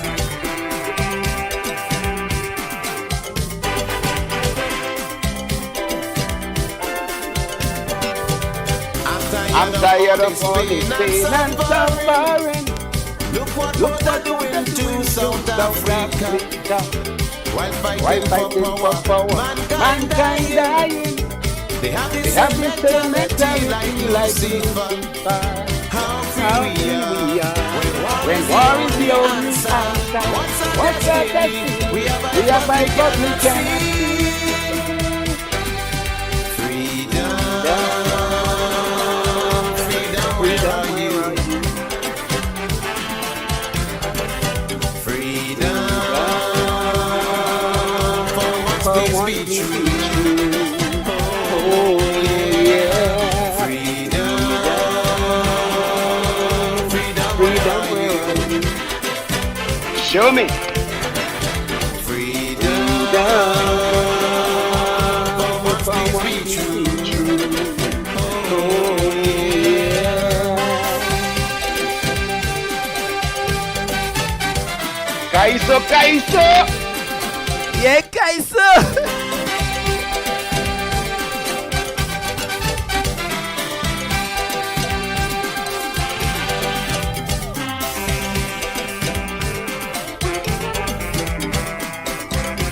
Yes, Mr. Ram Pompey. You Yes, hit them yes, yes, differently, yes, though, yes. man. Yes, Yes, sir. yes. Yes, sir. Yes, sir. Yeah, man. Yes. So that Yeah, was but like I freedom. said, yes, that was freedom. And there's one called Liberation. We Go Fight. Actually, that's the name of the song. We Go Fight. That song was actually written by Kendall John. You know Kendall? They have this store right by the park there. This is called his father was Daddy. No, no, nah, not Well, you know no. Kendall because it's the only store by right by the bus stop there on the corner when you're going to Victoria Park. A light skin Rasta Oh man. yeah, yeah, yeah, yeah, yeah, yeah, yeah, yeah, yeah, yeah. Another shop, another shop, another Yes, shop. Kendall used to live in the US, so he was loving my voice and style, and he bought that song. He said, "Listen, I think this song will fit you," so he bought the song, and I just put a little touch and flavor to it, but everything basically was his song. So I give him all the credit for that song. The only credit I give you on that song is just my voice, but everything else belongs to him. Wow, nice, nice, man. But Ran, use one if like you and so like bring like the actual singing into the like you guys' voice are kind of different to the most of Calypsonians, right? You guys like actually sing, you know? Yeah, it's voices, I mean, it's a gift from God, and I thank God for that. And I just have to maintain that voice and treat it properly. Don't abuse it. When I say don't abuse it, I'm not the type of individual that hangs out late and not getting rest, stuff like that. It's not a crime, but I don't drink, so I really doesn't have reasons to just say go hang out, drink 2 beers in a bar, and come back home and I'm nice. I don't do that. I want to live to see a good, and I want to live and look good. So Yeah, yeah. So tell us a little bit about this song, Stop the Hatred. that song actually, I record that song that was on the flip side of Keep Loving Me and Zukla Shake. Right. Yes, that was recorded in Brooklyn at Song Heights Studio. They're no longer there. Questa, remember his name? Um, because I was seeing so much hatred. When I first went to States, I didn't learn racism from St. Vincent. We never thought about black and white in our schools down here. I learned that when I went to States. and it wasn't from white people looking down on me or whatever like that. When I went to States, I was wearing what West Indian boys was wearing in terms of pants. My mom's give me a plaid pants to wear to school, my first day in school, and a plaid shirt with a brand new blue rejects, what we call rejects sneakers on. If you know when they say rejects. So what I hung up those stuff there ready to go to school, and I thought I was the flyest guy in the world. When I got to school, they looking at me and laughing. I'm laughing with them. I remember one of them saying, "Hey, man, what you gonna do, man? You gonna cross over the Hudson River?" And I'm laughing at them. I didn't know what they was trying to tell me. Like I'm crossing the river, like I got gun mouth on, and them said the thing there, my small foot pants, and them said the thing there. So, and then you got how you came here on the how you came here was on a banana boat. Is your head hard like a coconut? You can boot the wall. These are the things I would, and it was very demeaning at times. I like I wanted to give up because I'm saying, and at that time there wasn't too many West Indians migrated to the U.S. at that time. So I would say in that junior high that I know of, it was probably three West Indians total in that school, and me and just one of them only had one class, and that's where they would try to put me and him like enemies, like yo, let me see both of you are butt head together. Like they thought we was some different type of like we aliens, like we not human because of our accent and stuff like that. So I thought it was a lot of hateful things going on here, so it pushed me to write that song. Yeah, man. Yeah, yeah. So wait, hold on. Hmm.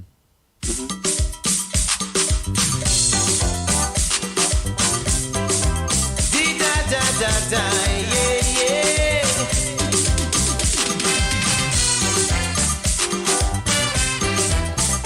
Frankie McIntosh.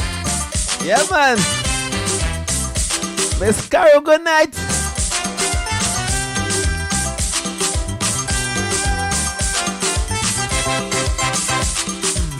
The whole world is full of destruction.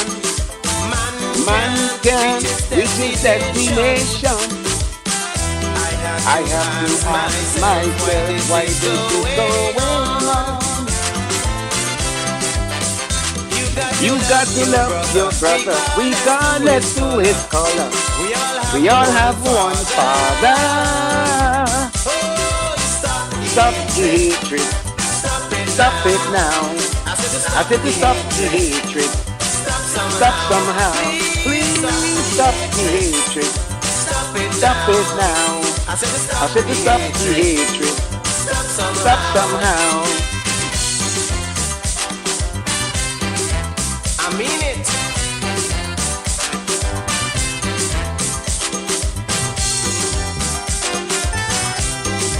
Oh, you have me sweating, boy. You have me sweating tonight, boy. Kaiser. In my life, he is always right. I hope you have a cause for all this first fight. Taking innocent lives, Life into the top. yes, mankind has a phrase. Change your Change your evil evil ways. ways. One One foot in foot the in the grave. grave. Oh, you stop the Stop the hatred. hatred, Stop it stop it now. now. I said to I stop said the to stop the hatred. hatred, Stop stop somehow. somehow. Please Please stop the stop the hatred. hatred, Stop it stop it now. now. I said to I stop said the to stop the hatred. hatred, Stop stop somehow. somehow.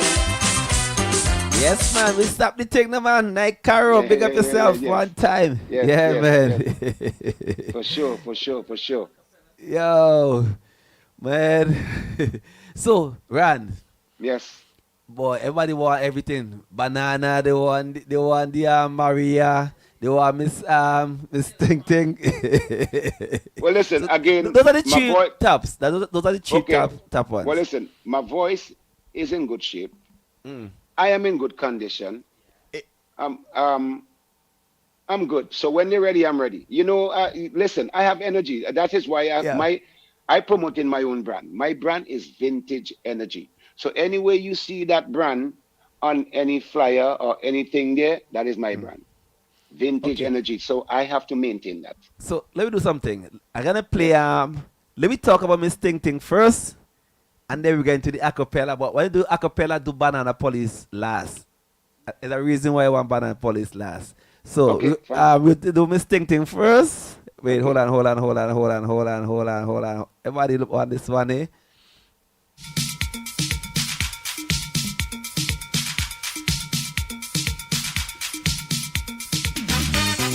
Yeah, Yeah. Vincy Vincy Passe. Are you ready? Hey. Rachel, look your song. Ba-da-ba-da-ba-da-ba-da-bum. Bing, bam, ba-da-ba-dum-bum. Hey, hey.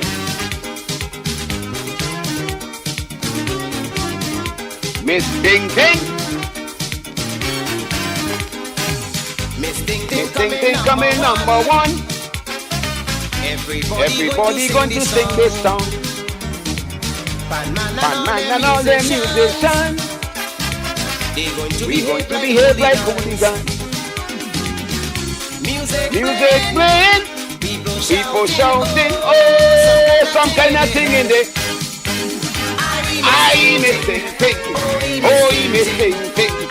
I feel miss Ting Ting. It's real miss Ting Ting. I miss Ting Ting. Oh, he miss Ting Ting. I feel miss Ting Ting. It's real miss Ting Ting. Vincy Passe, how you feeling? Yes, yes, yes. Your turn, your turn. I do my thing. You do your thing now. Your turn. Acapella style. Acapella, Mr. Rod. I see you now start to misbehave.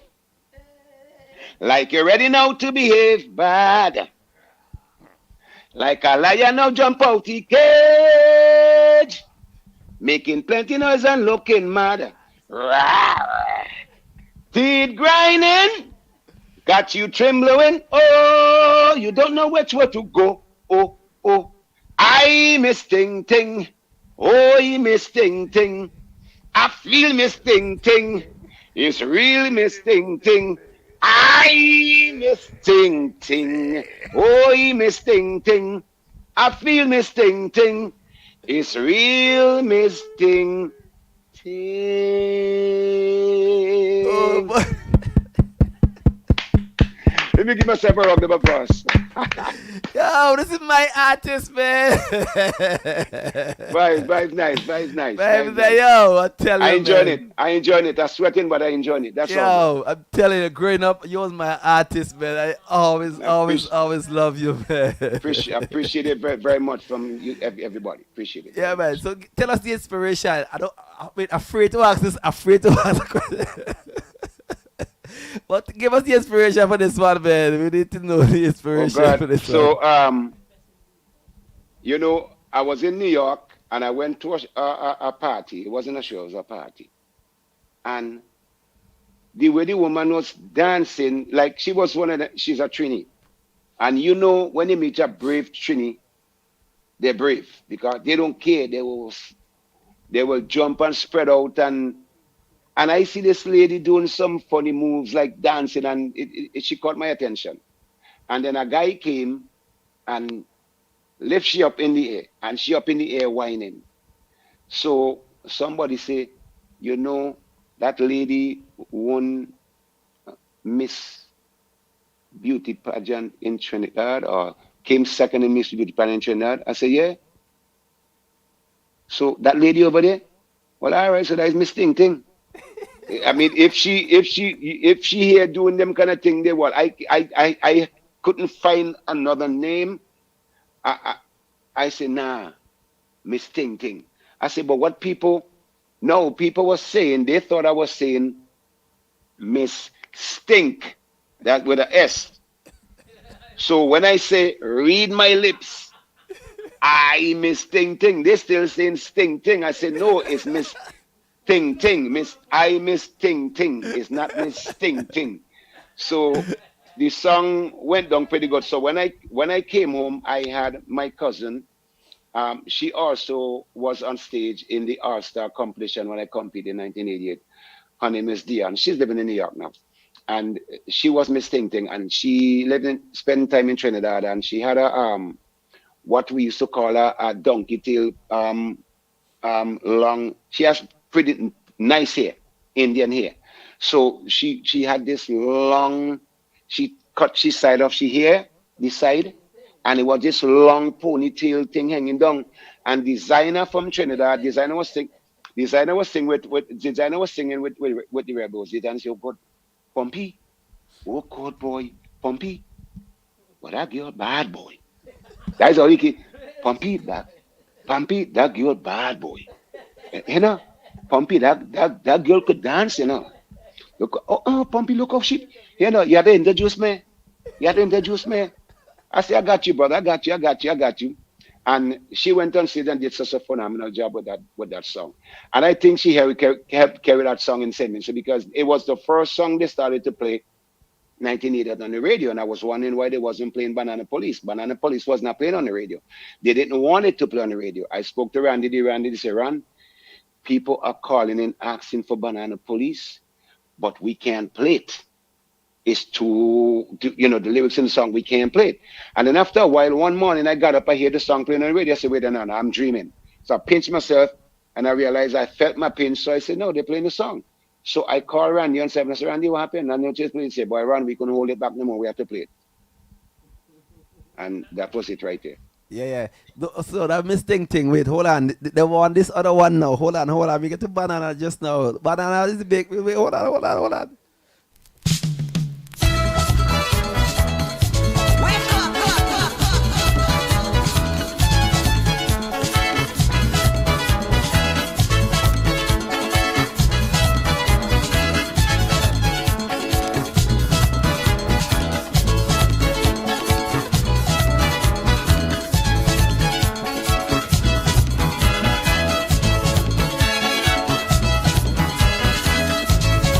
Every year around this time is to see man and woman wine.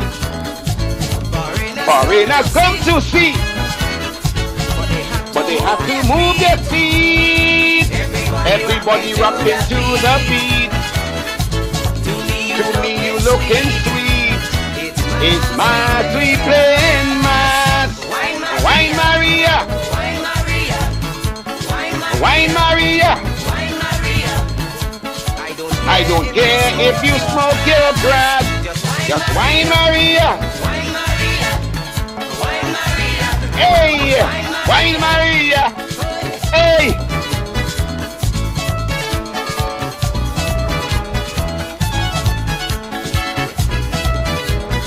She's a bad mama.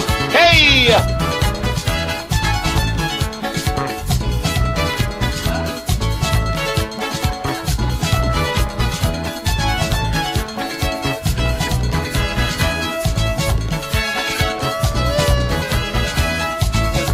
Put your hands up in the air.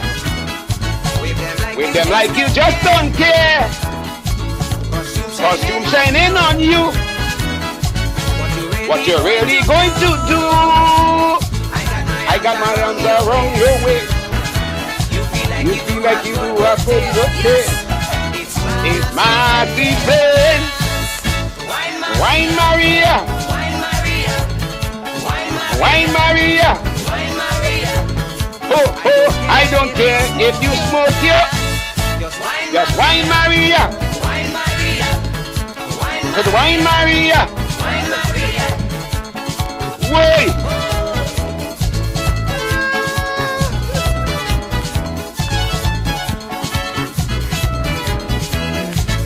Yes, sir. Yes, sir. Oh, you have me going. Listen, I'm enjoying this. I'm having fun. I'm enjoying it. And I hope the audience, your audience is enjoying it too. The fans are enjoying it. I believe they are. Yeah, because man. the vibe is nice. I'm feeling it. I'm not lying to you. I'm feeling it. This is one of the better interviews I've done in a long time. Everybody in the Vincy live, that's what they say. That's what we do, man. Yes, Make people yes, comfortable, man. And yes, and that's what I like. Listen, Rachel, if you're hearing me, sweetie, you did a phenomenal job, and I'm so proud of you. Keep up the great work you're doing. Yeah, man. She representing well for St. Yes, Vincent, yes, man, and the yes, yes, Caribbean. yes. Rachel, thanks, That's a man. fact. Yeah, man. She's a Doing a superstar. great She's a job. superstar. Yeah. So are you ready for them? What's next they want me to do No, now? no, What is no, next? no. Acapella. This is the thing. This is This is acapella. I play next. my thing. You sing your thing.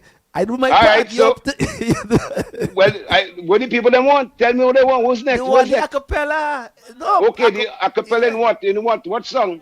No. Wine Maria. Wine I Maria did Wine first. I did No. Maria already. No, man. No. We just did Maria. But you have to do the acapella. We want the acapella. Oh, okay, you want the acapella in Wine Maria? Yeah, Okay, man. okay. I play it. Oh. Hey, I play it. You sing it. Oh, That's how you we do play it and I. Oh, okay. Yeah, So yeah. So I Your sing turn it to twice sing. then. Yeah. You So I sing sing it twice. You're tricking me, man. You have me singing twice. You have me No. sweating up, performing and singing, and now I have to sing a cappella again. He's a wicked Hey, man. no, it's you to start the show, so Well, people come out to see you. Well, here now. Well, here, let me go. I come out to see them too. Let me go. Let me go. Let me Go. go. All right. Let me go. Acapella Okay, let me time. see it. Boom boom boom doom doom doom doom doom doom doom. Hey! Doom boom boom doom doom doom doom doom doom doom. Hey! Doom doom doom doom doom doom. Every year around this time is to see man and woman wine. Foreigners come to see. Hey! But they had to move their feet.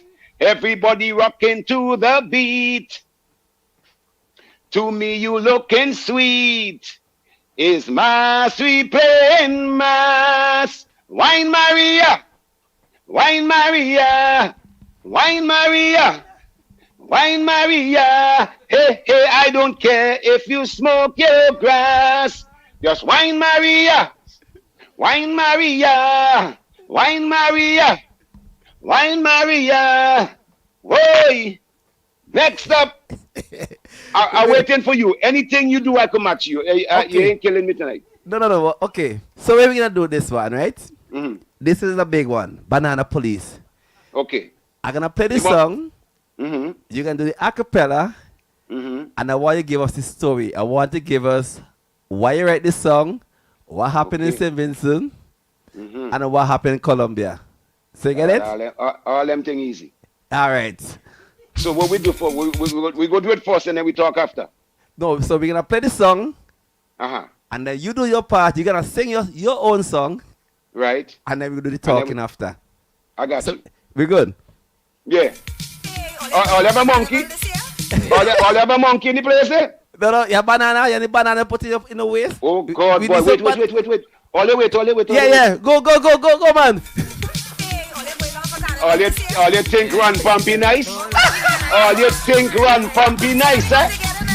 All you think run Pompey nice? No move. Nobody move. Everybody stay one place, put your hands in the air.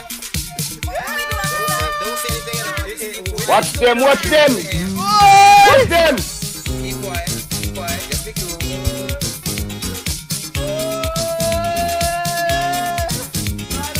Sing with me now. Oh, you sing it. I, oh God. Oh Jesus Christ, I could feel it. Hey, bow.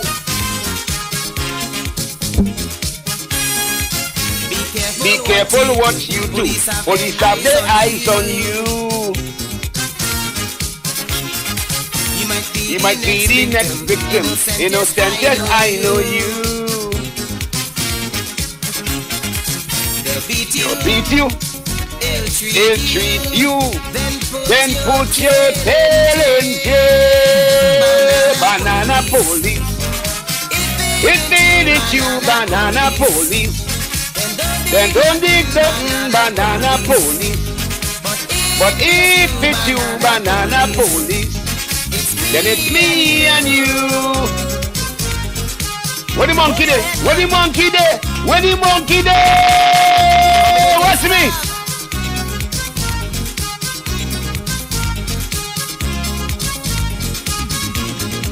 Hey! Oh!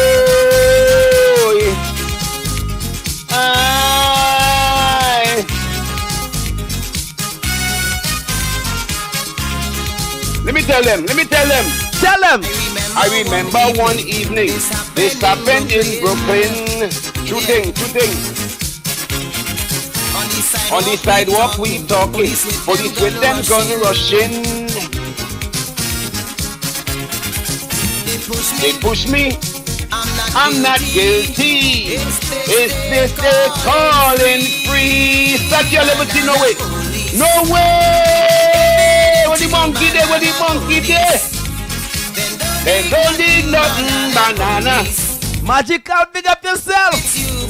Banana. It's me and you. All them right banana police. All them fatty banana police.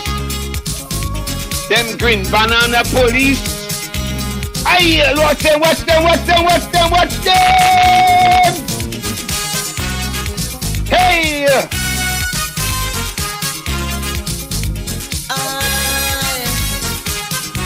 Banana!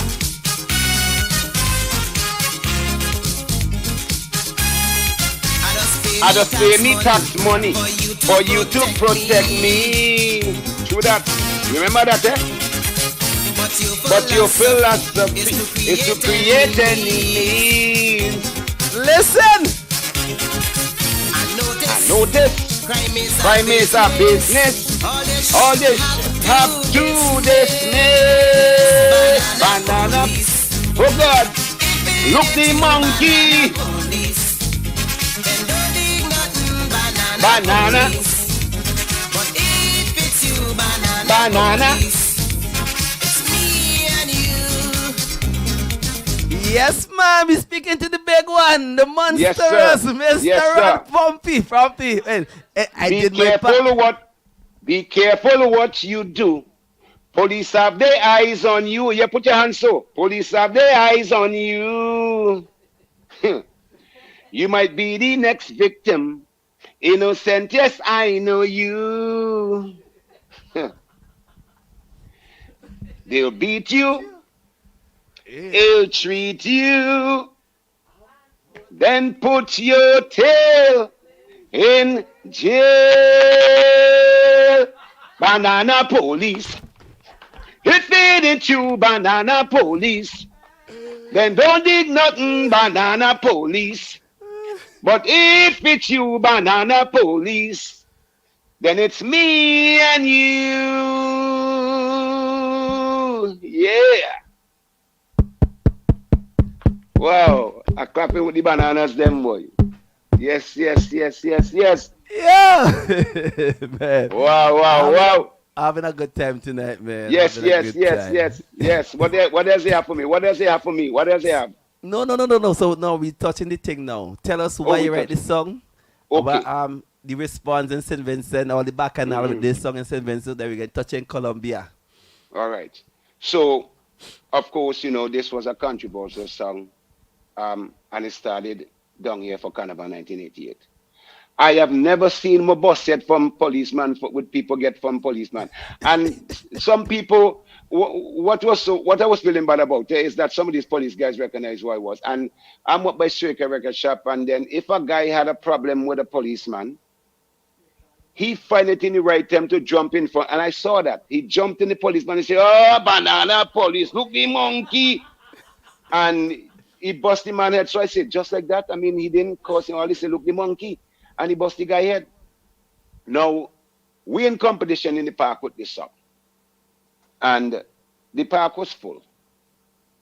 The park was full to the top. And this song was pretty popular. I mean, I would probably have to say it was, I'm not afraid to say this, it was the most popular song in the country at that time, in Vincy, Mass.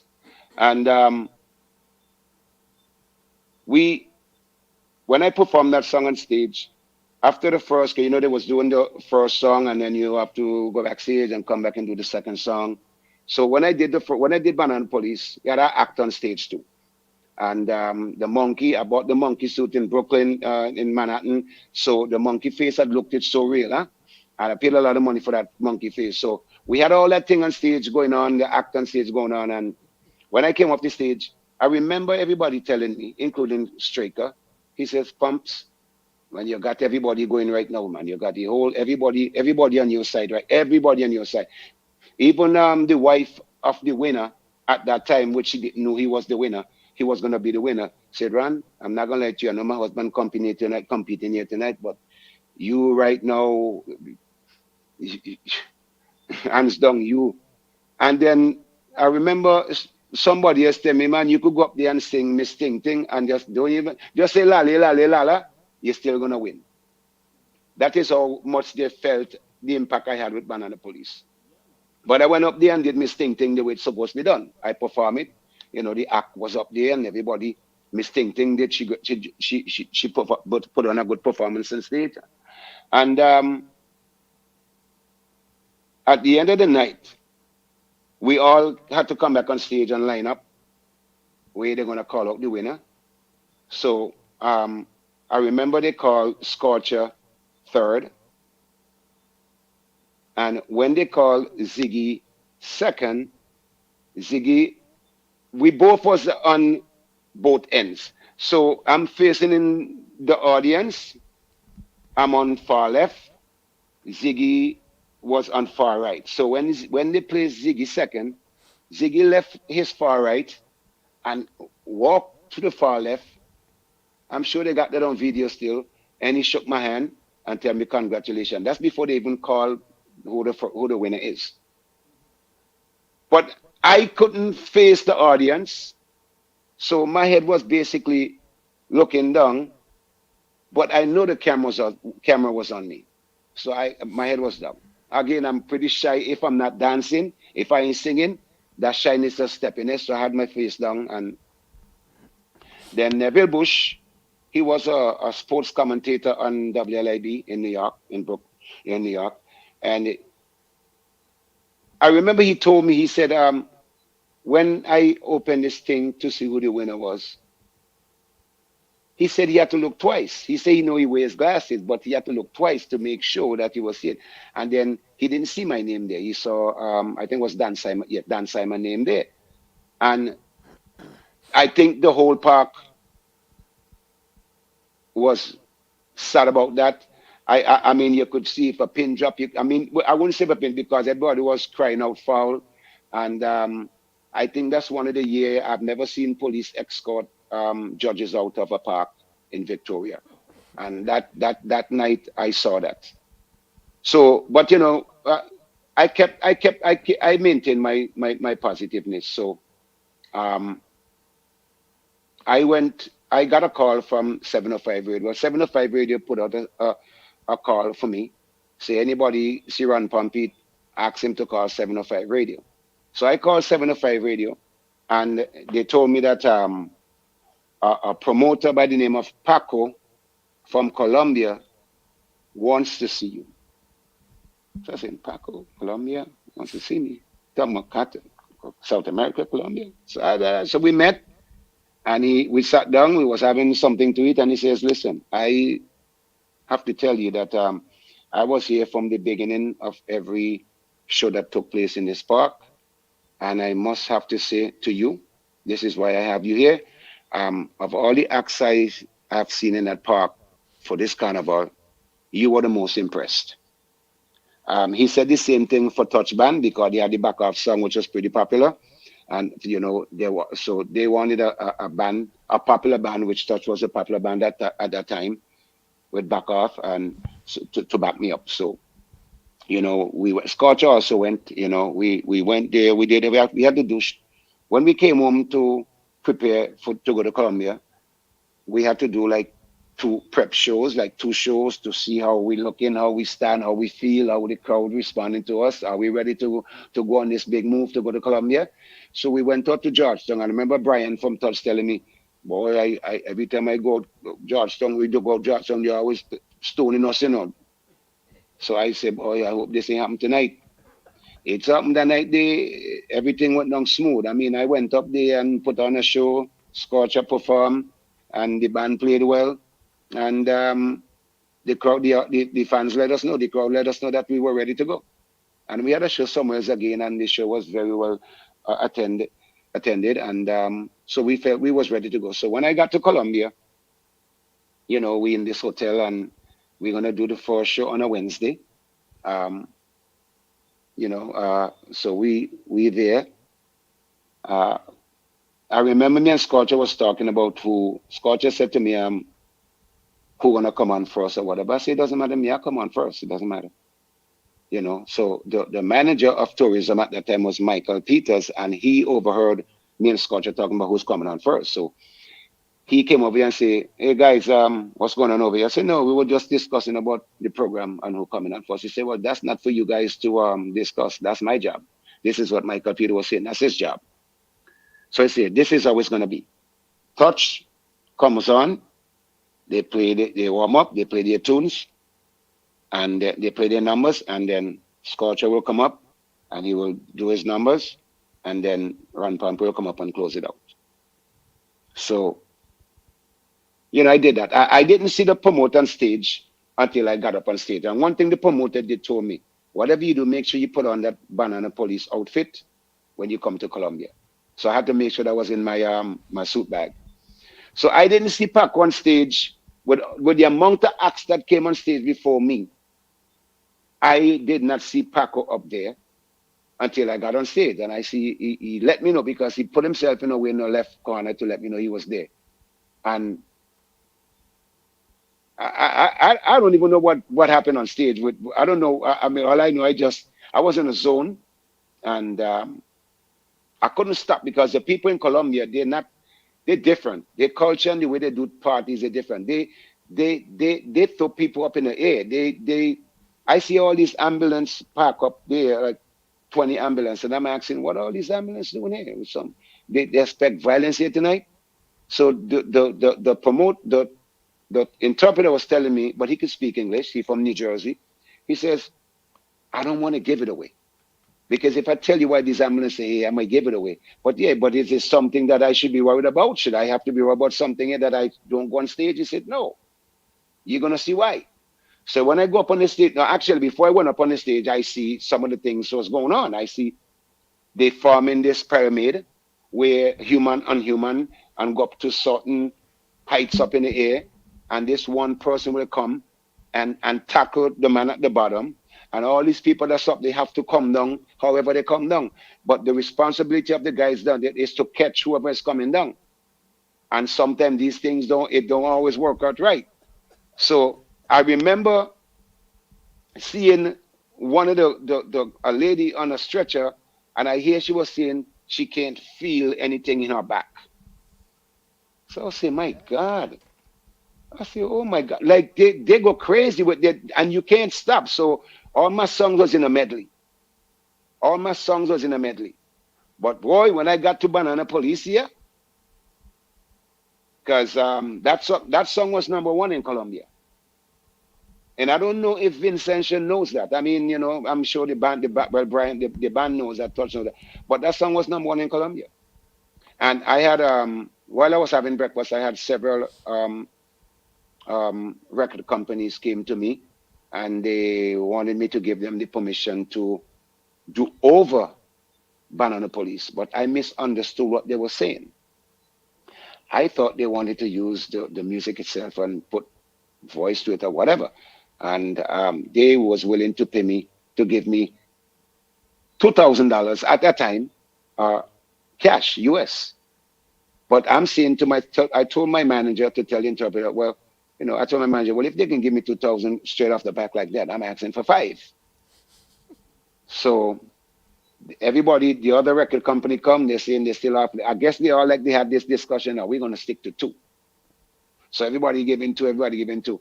I have to call myself a little stupid in a way because I'm thinking that Straker had to be involved. That's when you're young and you didn't know I was learning the business. So I thought, well, Straker had to be part of this. I should not be taking this type of deal without Straker consent or whatever. So I didn't take the deal. I said no. And I came back, I told Straker, he said, so why didn't you take this? I said, Pompey, they didn't want they're not going to take my sample. They wanted to do over the song. It's your song. They wanted you to give them the yes, you can do it over. And they're willing to pay you $2,000. You didn't take it. That was stupid of you. So I missed out on that. So he says to me, who to say if they still didn't do the song and you didn't even get a penny from it? That is true. So I remember we did the last show on the beach there, and and no, I'm skipping a gun. So we're by the hotel, and during that breakfast time, well, before the TV, the record companies came there to talk to me, myself and this reggae group, well, Culture from Jamaica. You familiar with that guy? Yeah, man. Culture. Yeah, big. Yeah, culture, So big, big. yeah, so we talk, he started we having breakfast, and he says, um, he introduced himself to me, and he said, listen, it just seems like after you came off the stage, the whole show, the energy of the show just went dead, like the people didn't want to see or hear anything else. Then he says to me, the next show we're doing, which would be the second show at the same place, I want to come on before you. So I said, and then he says, make we go up on the step and take some pictures. And we did so. I'm saying I'm the one that's supposed to be asking this guy, let's go up, because I grew up listening to his music. Not he asked me, let's go take pictures. So I'm saying, okay. He looked at me, I guess the way I looked at him. So, and I appreciate that. But we had the last show on the beach, and the school bus dropped us there. We out there, it's a lot of people. It's about 1.5 million people. 1.5 million people on that beach. That's a lot of people. That's a big beach, and it's a lot of people. It looked like people came from Bogota and all these places to add up to that. And when we left, we come back in the bus. I said, guys, I'm ready to go back to the hotel. So we all slowly going back to the bus. But then this group from Africa, this band from Africa, Sonny Okuso, his group is up there, and we see a funny type of movements they're doing up there. So we thought it was a dance. So I'm saying, wait, we tell the driver, hold up, don't pull off. We thought it was a dance, but it wasn't a dance. I see these bees landing on the window. So I say, guys, close the windows. Bees. So that is what was attacking the guys on stage. They attacked the whole band. But the way they was moving, it looked like it was a dance. These Africans, they do some funny dance. So I thought it was a dance. There was bees hitting them and stinging them, and they were just doing all these sort of funny things. They couldn't, that was a crazy experience. That was a crazy experience. Yeah, I'll, man. I'll never forget that. That was a crazy experience. Wow, man.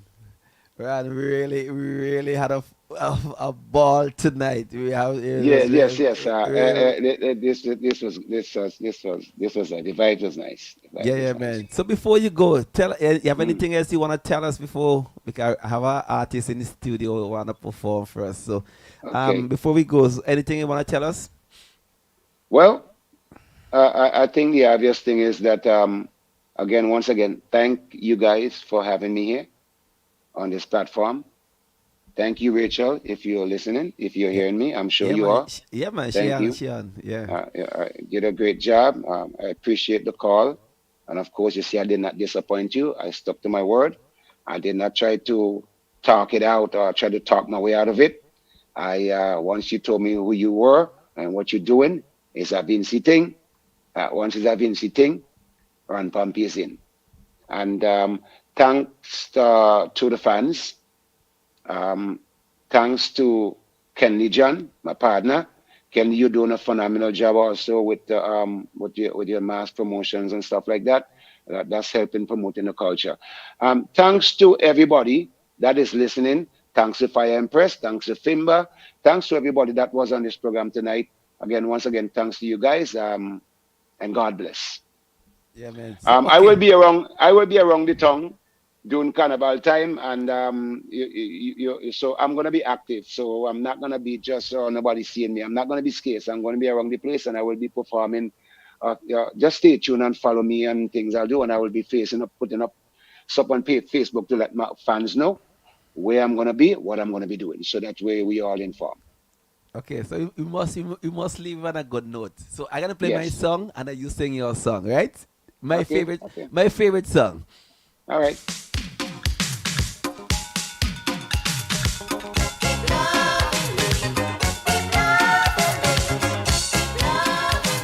You know how much kids make from this song? A lot of kids make from this song, I mean, I know, man. a lot of kids make from this song.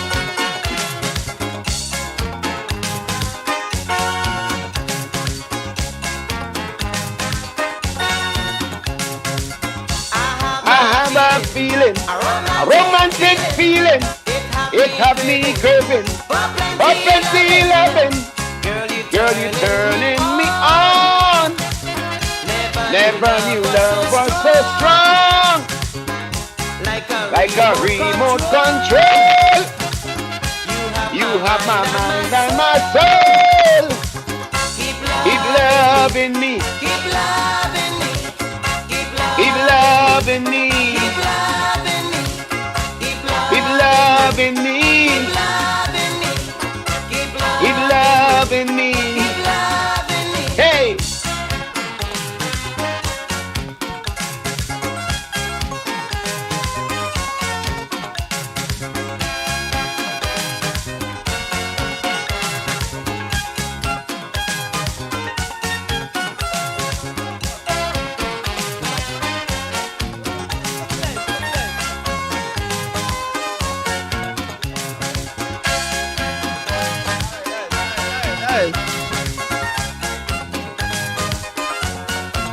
I tell you, If I have to evaluate you, I will give you 102 for your personality, mother, and your gorgeous body.